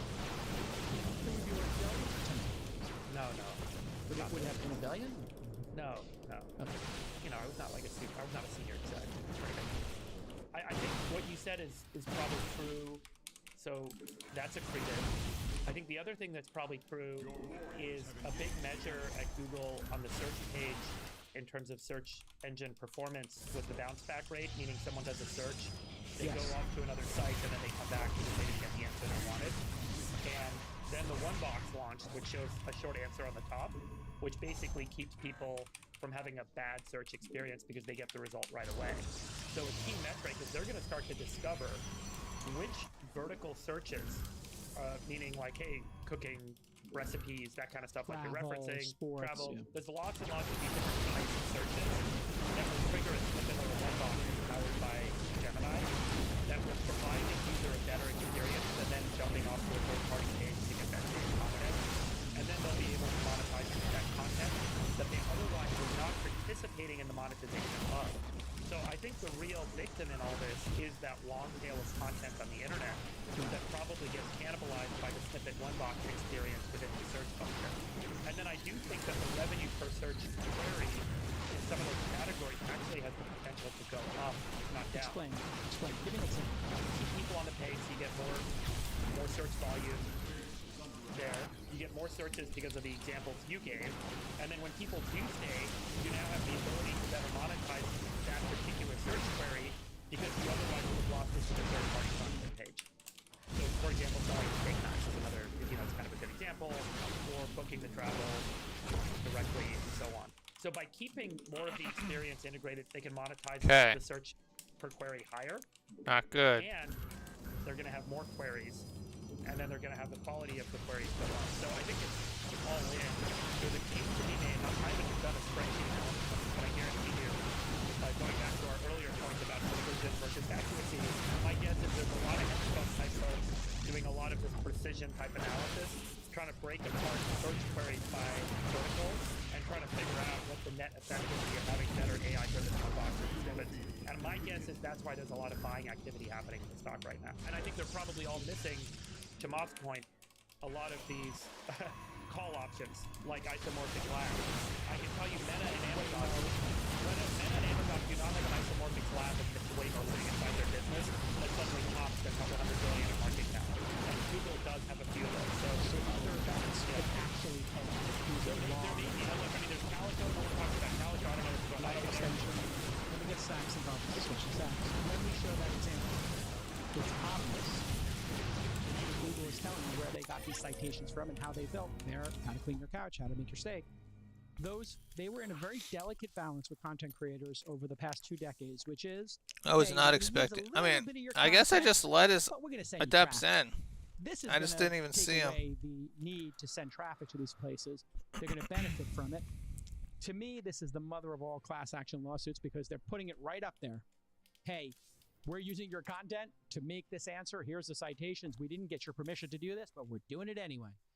What do you think is the resolution here? Does all these content go away because there's no model? Does Google try to make peace with the content creators and cut them in or license their data? What's going to happen to content creation when somebody like Google is just going to take Wirecutter or these other sources that are not behind a paywall and just give you the goddamn I gotta see that. Did he really just shade in and I didn't see? We've had 2 or 3 times where we're I thought I was watching to figure out what fair use is, and depending on what they come up with, it may be the case that Google has to cut them in by doing licensing deals. We don't know the answer to that yet.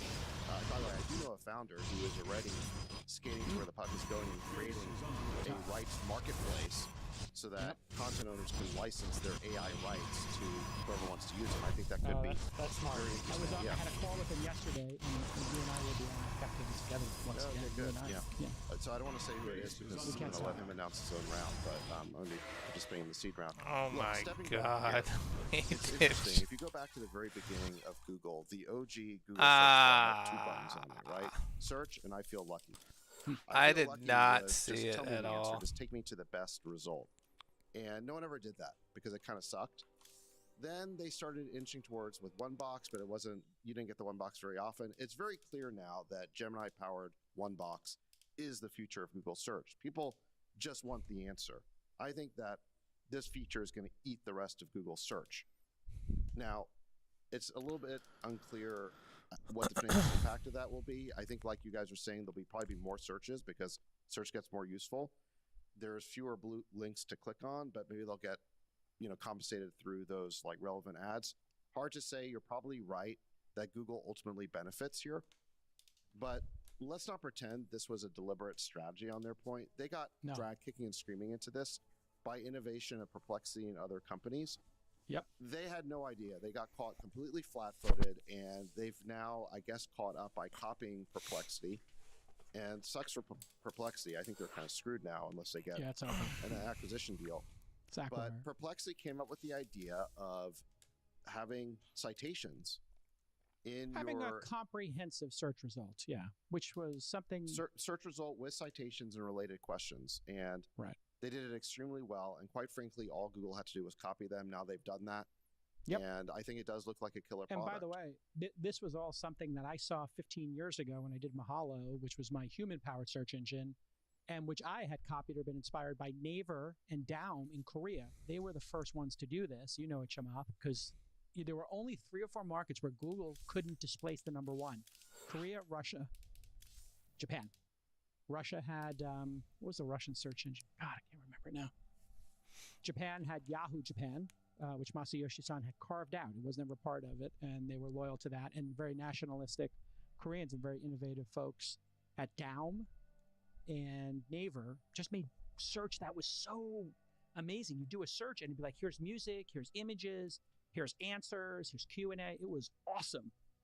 But, it just shows you, like, you need to have a lot of wherewithal, and timing is everything as an entrepreneur. My timing was 10 years too early and the wrong technology. I used humans, not AI, because AI didn't work 15 years ago. One thing I would say about big companies like a Google or a Microsoft is that the power of your monopoly determines how many mistakes you get to make.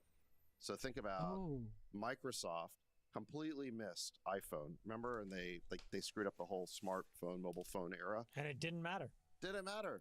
Satya comes in, blows this thing up to a $3 trillion public company. Same thing here with Google. They completely screwed up AI. They invented the transformer, completely missed LLMs. Then they had that fiasco where, they had Black George Washington. Doesn't matter. They can make 10 mistakes, but their monopoly is so strong that they can finally get it right by copying the innovator. And they're probably going to become a $5 billion company now. Sorry, $5 trillion company. It reminds me, the greatest product creation company in history.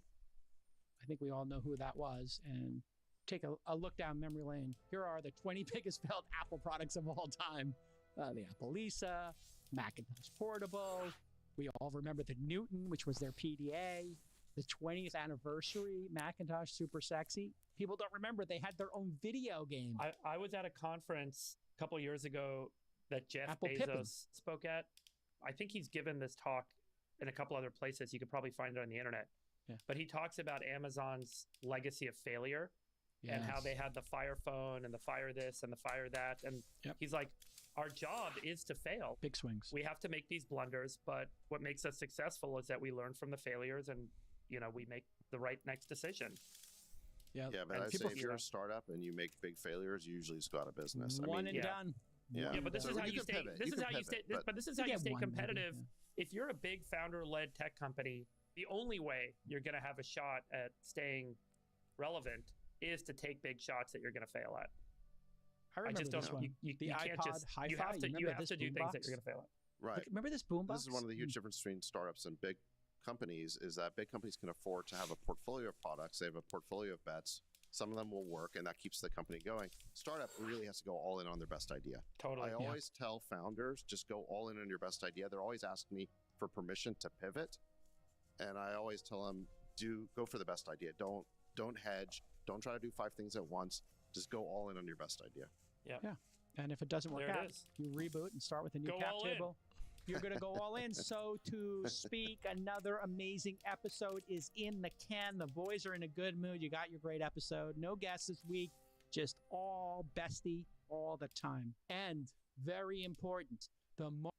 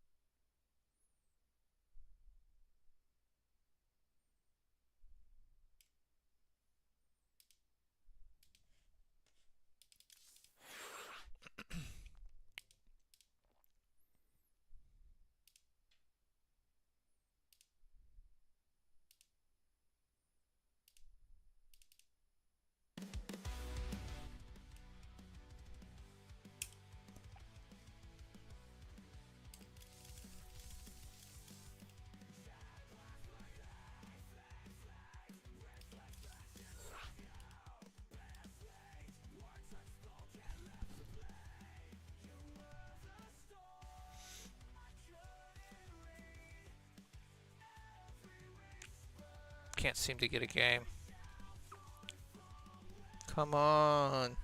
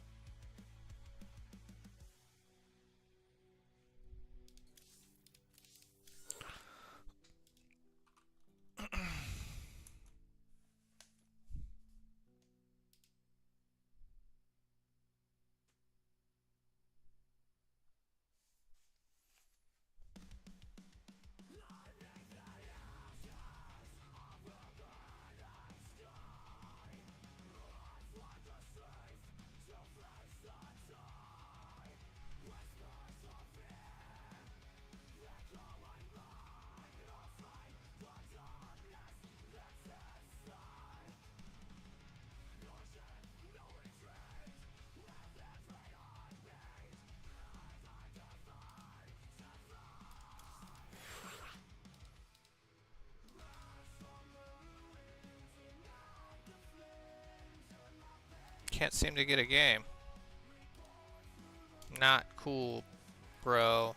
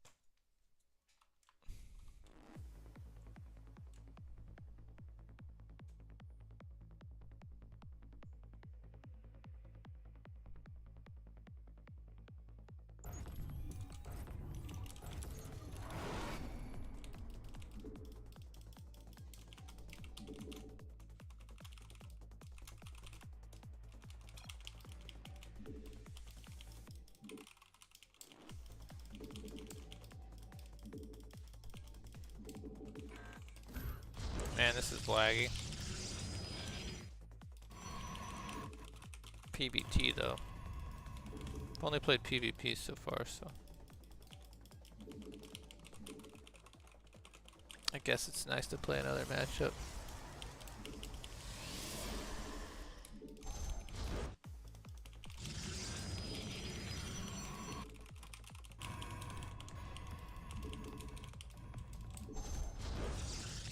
$4.5K Terran, so it's probably just gonna be a cheese.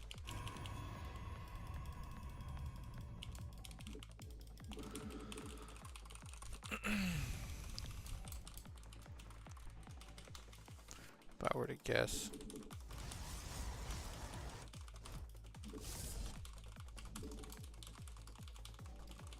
It's usually a pretty good sign.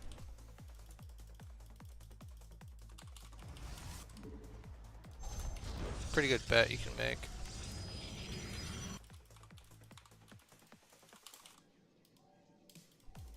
Not always.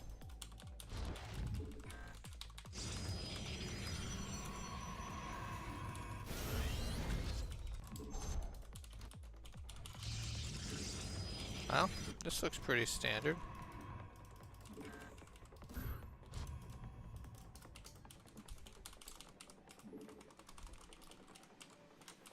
He went reactor, so we can kind of like not chrono our first unit.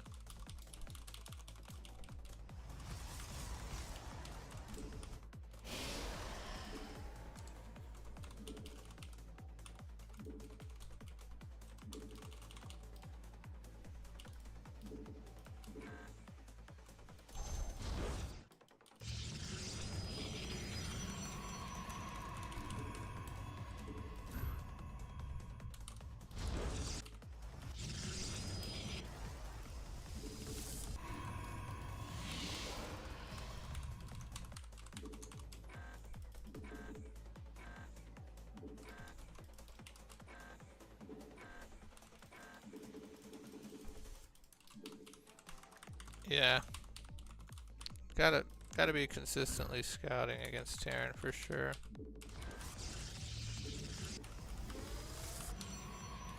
This guy hasn't looked at my base at all, so he's just doing a build.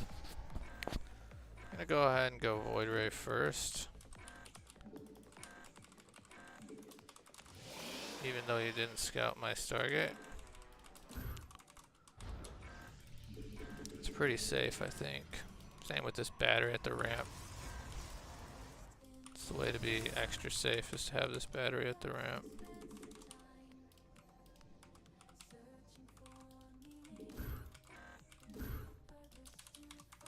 This could easily be a 3 racks build since he built that fast reactor. But it could be a lot of other builds too.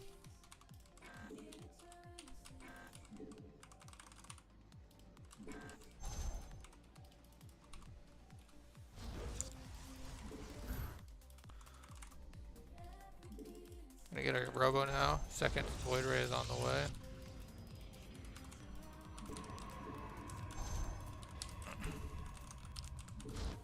So basically we don't want to necessarily see like a Widow Mine drop. That's kind of not great to see.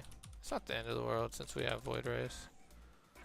But a lot of tank pushes and stuff are going to be pretty strong against.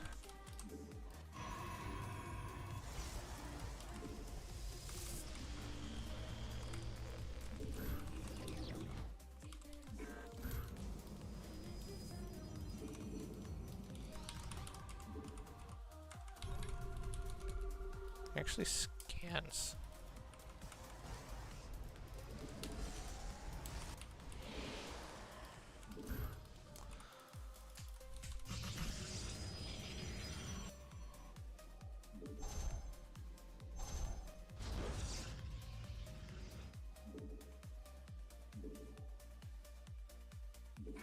Your warriors have engaged the enemy.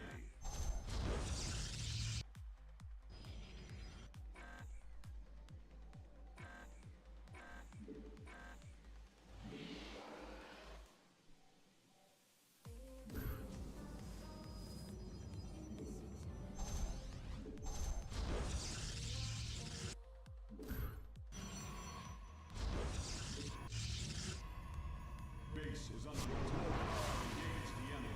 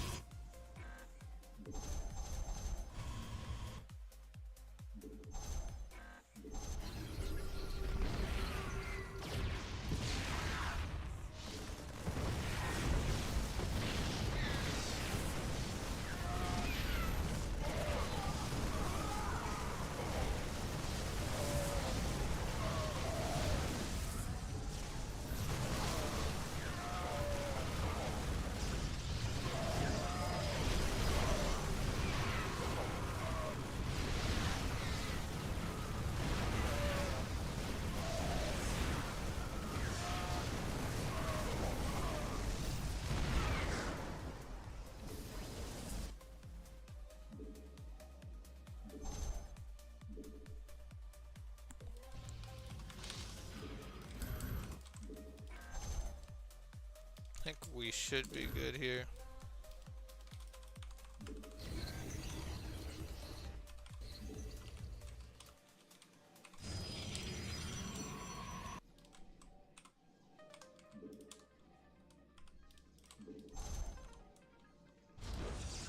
Our voids are actually quite good against 2 base pushes.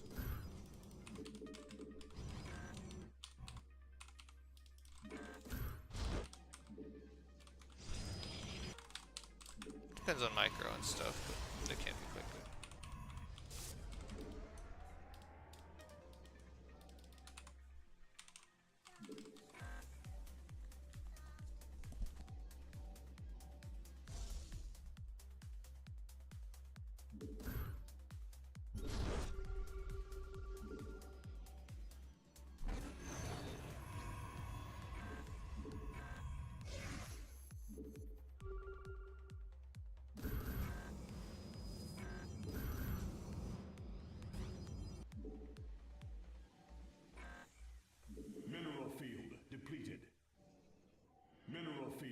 depleted.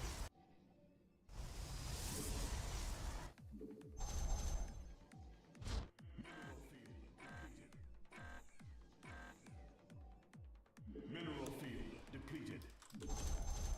Research complete.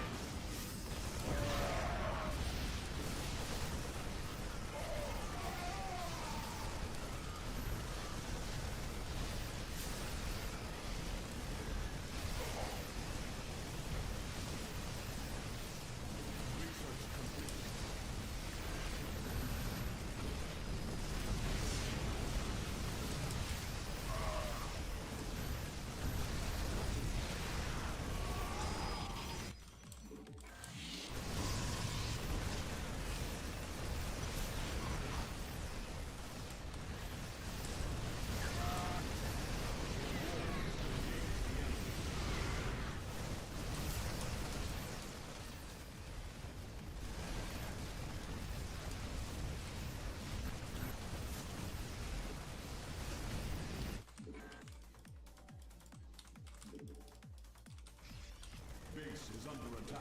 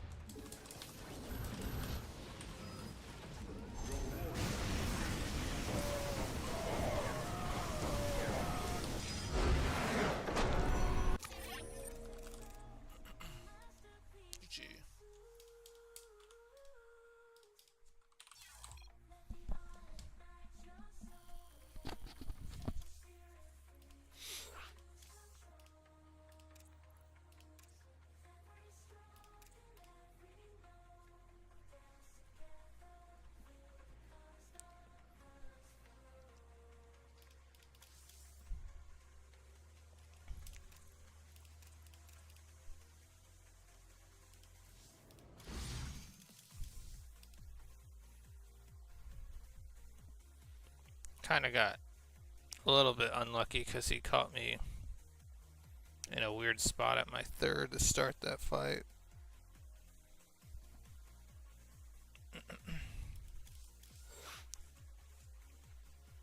But yeah, I guess he just went Tank Marine without Stim for the first push. He upgraded Stim like after.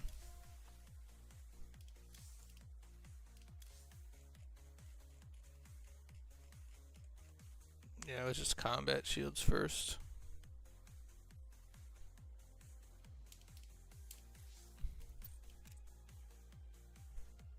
Very low worker count.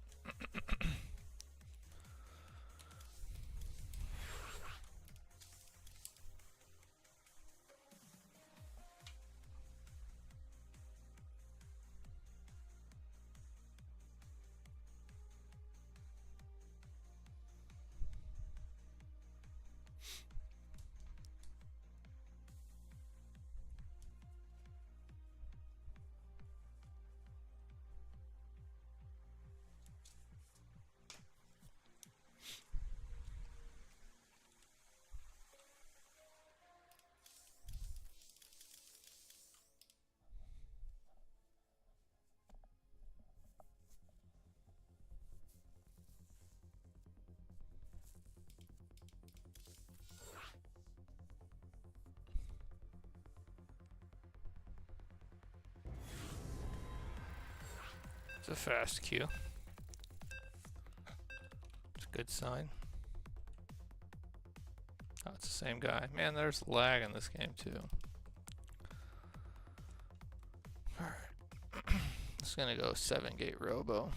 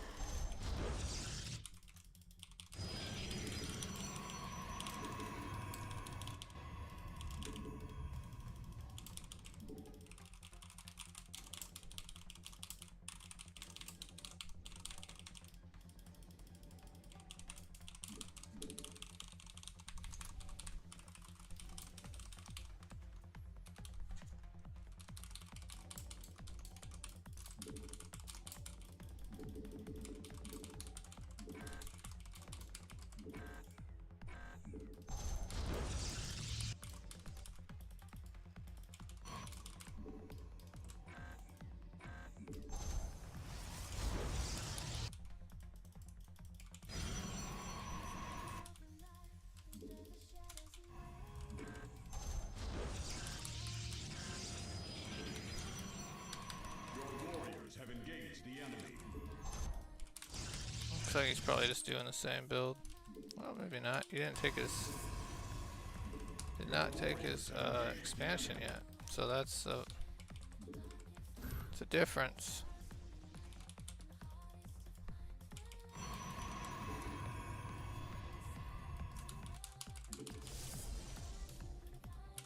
Your warriors have engaged Oh, there it the is. enemy. Built the CC on the high ground.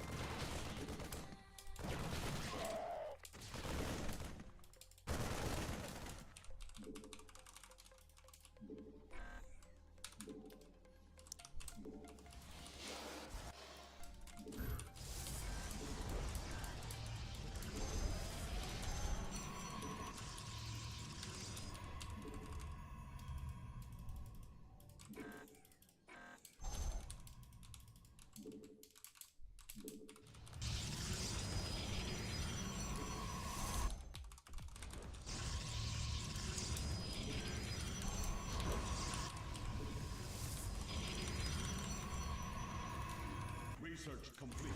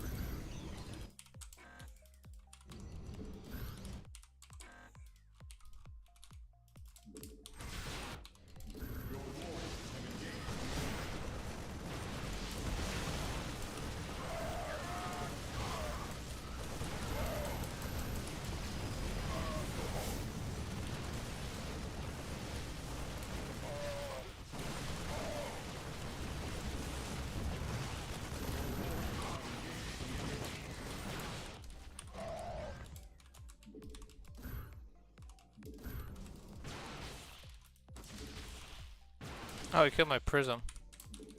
Didn't even notice that.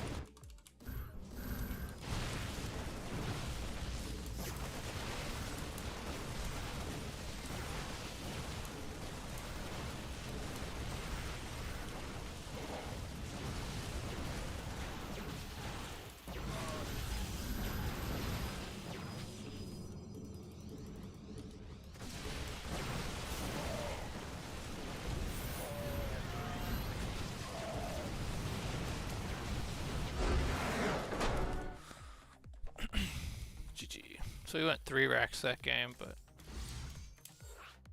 7 gate's pretty good against 3 racks, especially the version I did where it was super greedy at the beginning.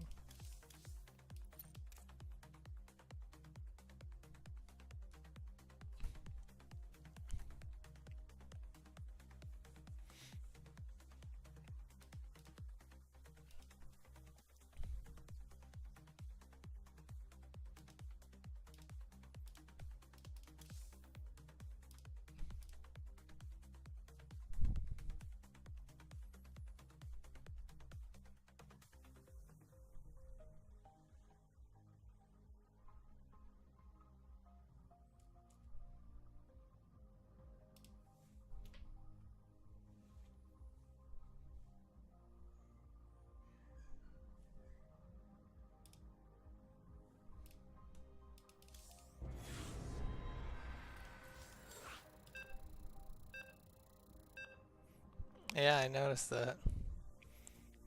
Well, I guess I targeted it. It was really laggy, so it was really hard to... I had like a probably 1.5 second delay on my clicks or something.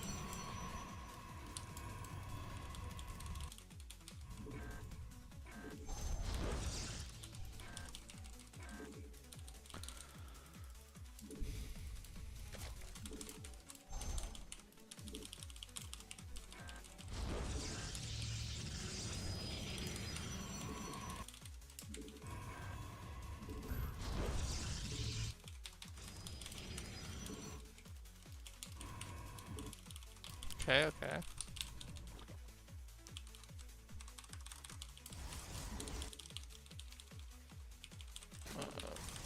It's normal build timings by him, so I'll go ahead and chrono out our adapt.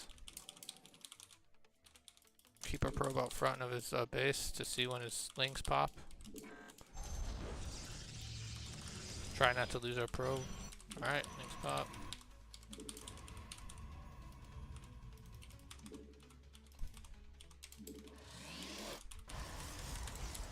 Warp gate.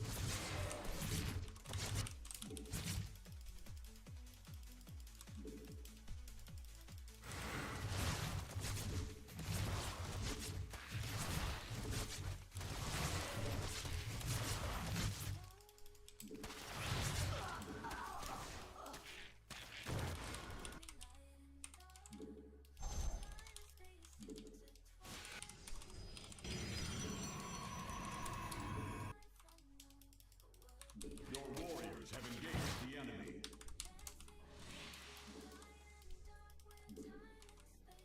What's up,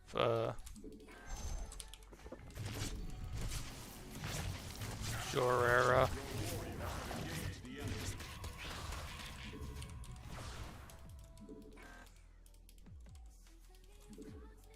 Hope you're doing well. Alright, so we should be in a good spot here. Make sure we get out our 3 oracles so we don't die to Ling Flood. Thanks for the follow, Jorera. If I'm pronouncing that right.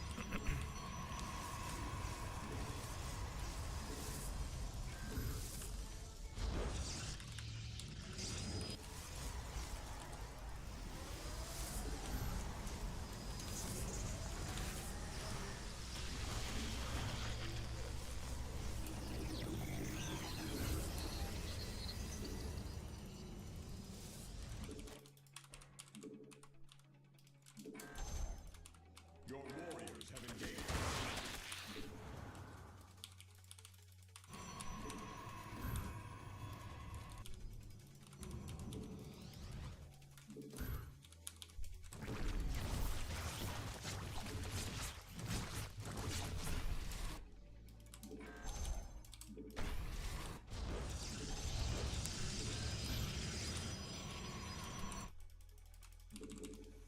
Gotta get our 3rd base going.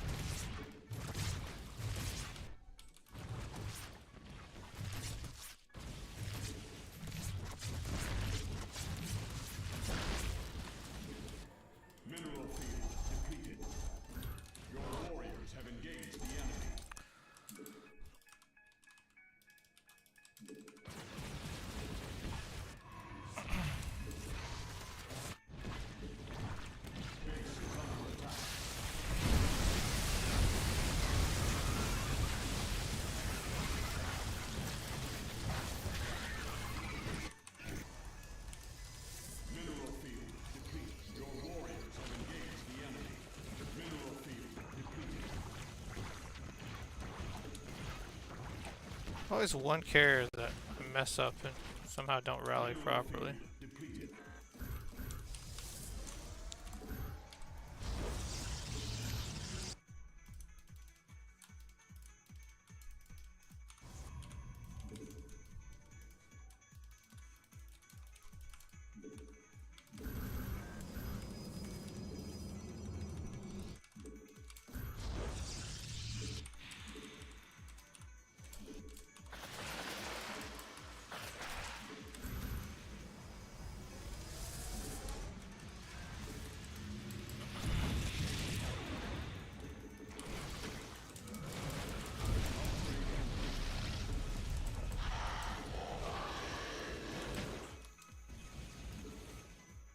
Upgrade.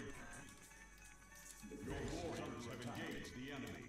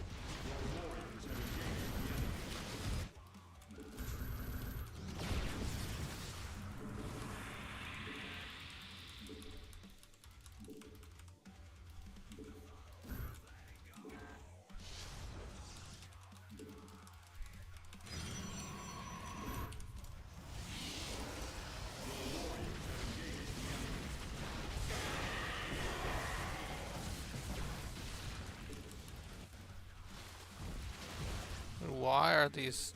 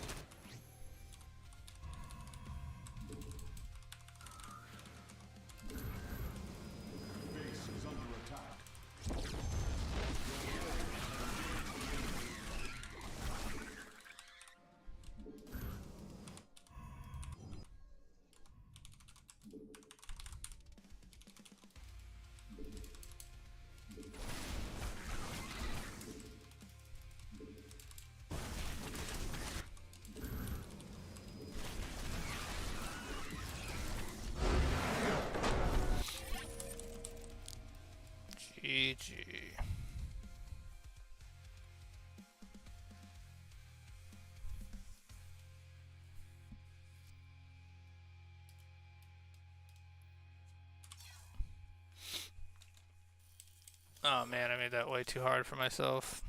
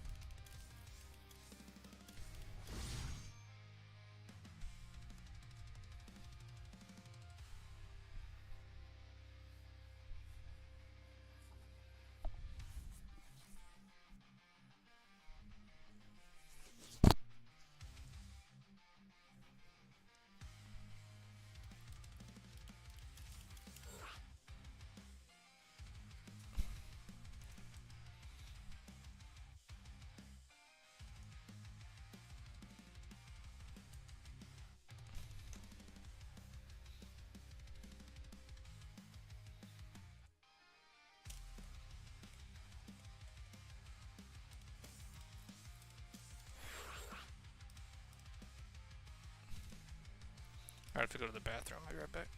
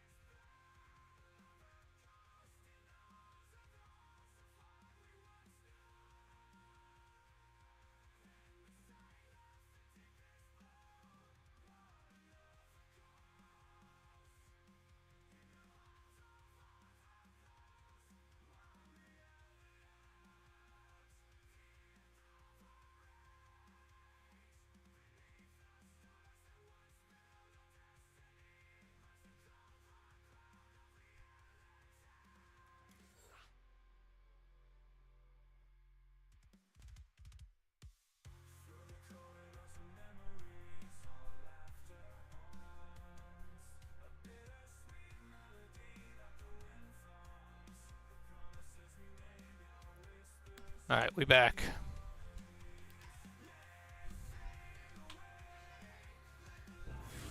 I go to the gym pretty soon, but not quite yet.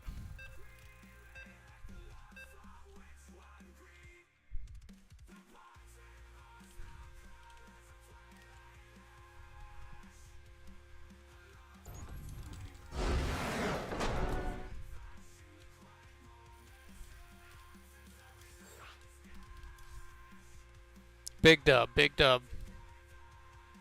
Firefly versus Hero on the Star Wars. Just started.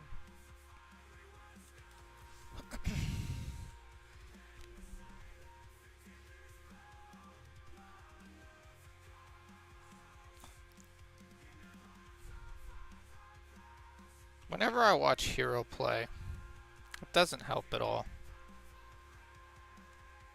Honestly, when I watch most Protoss players play, it doesn't help at all. Like, because like I can execute essentially the same build order, but I can't execute the blink micro the same.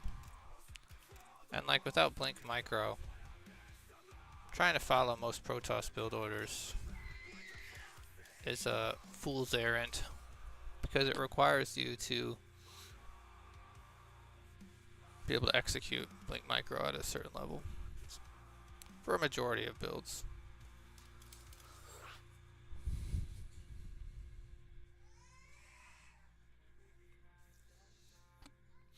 Firefly going for 1 gate. Very pog.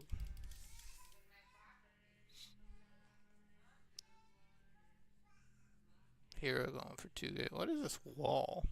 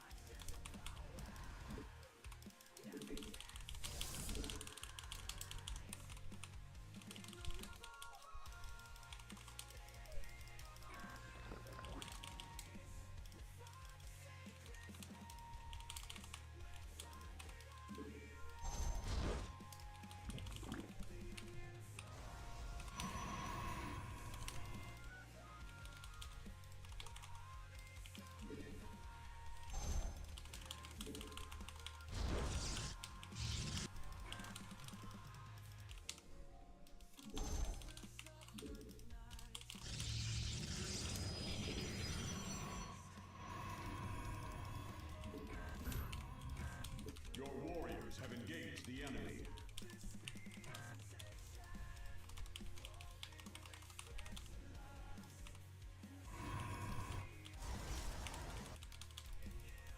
Your warriors have Hero already engaged the won? enemy. Oh.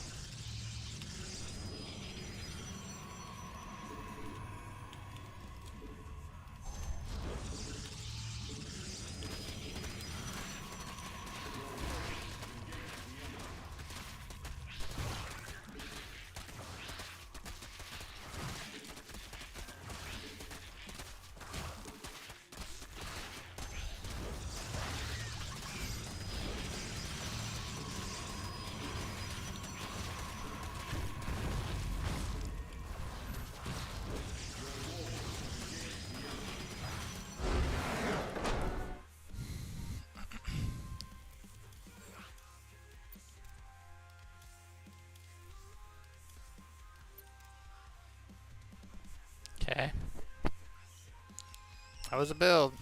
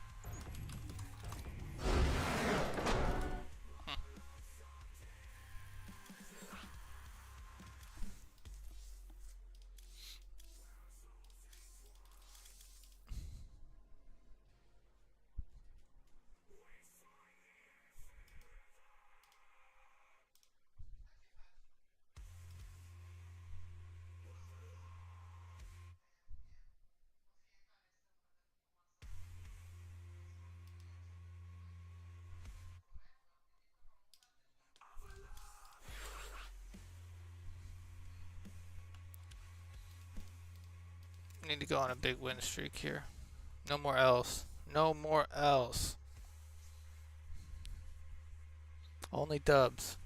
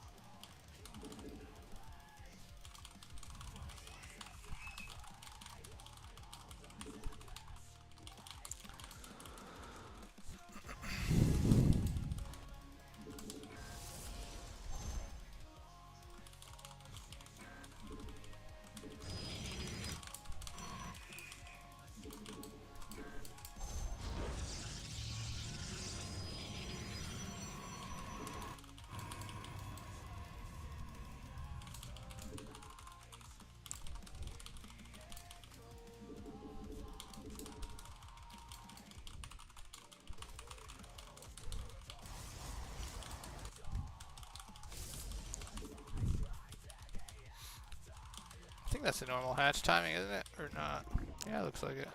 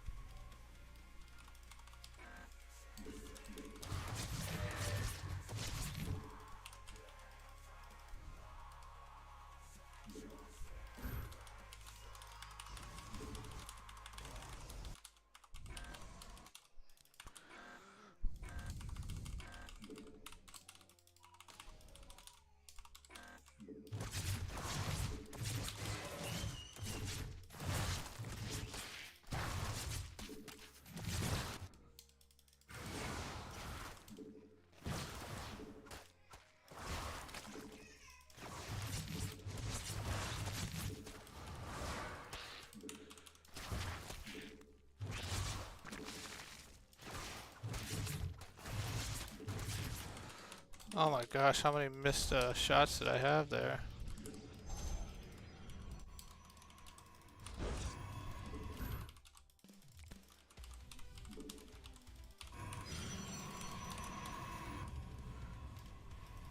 Your warriors have engaged the enemy.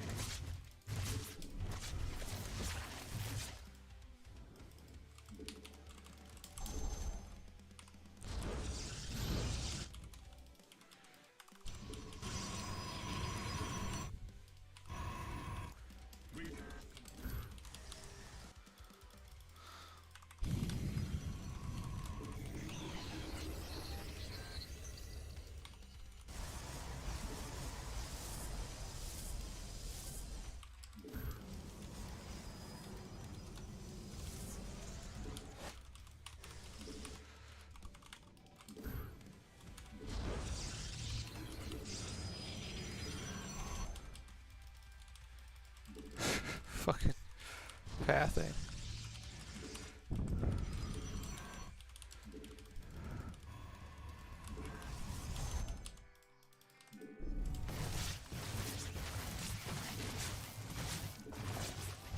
Your warriors have engaged the enemy.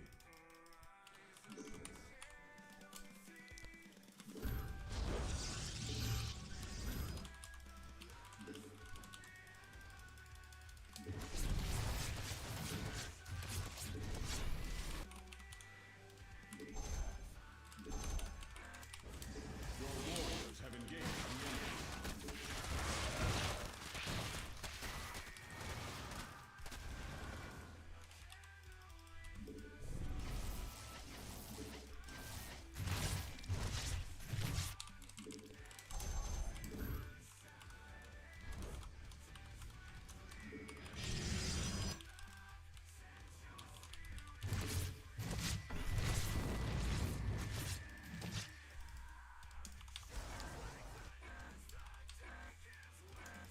Your warriors have engaged the enemy.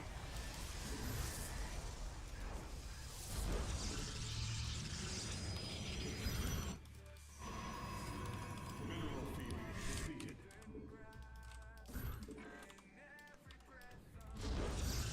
Base is under attack. Mineral field.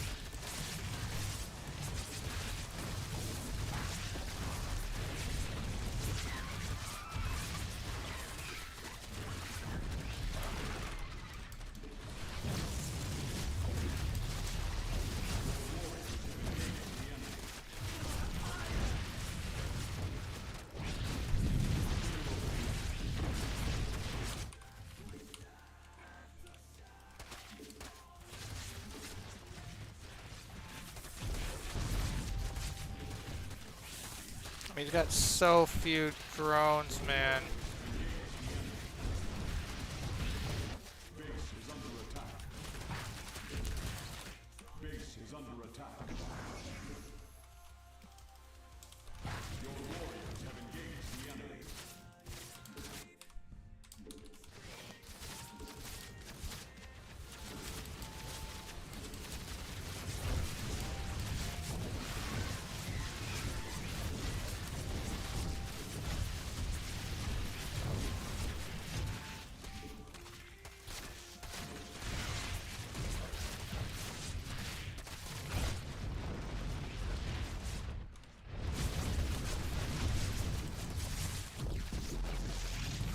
I even scouted it. If my cannon would have got up a little faster.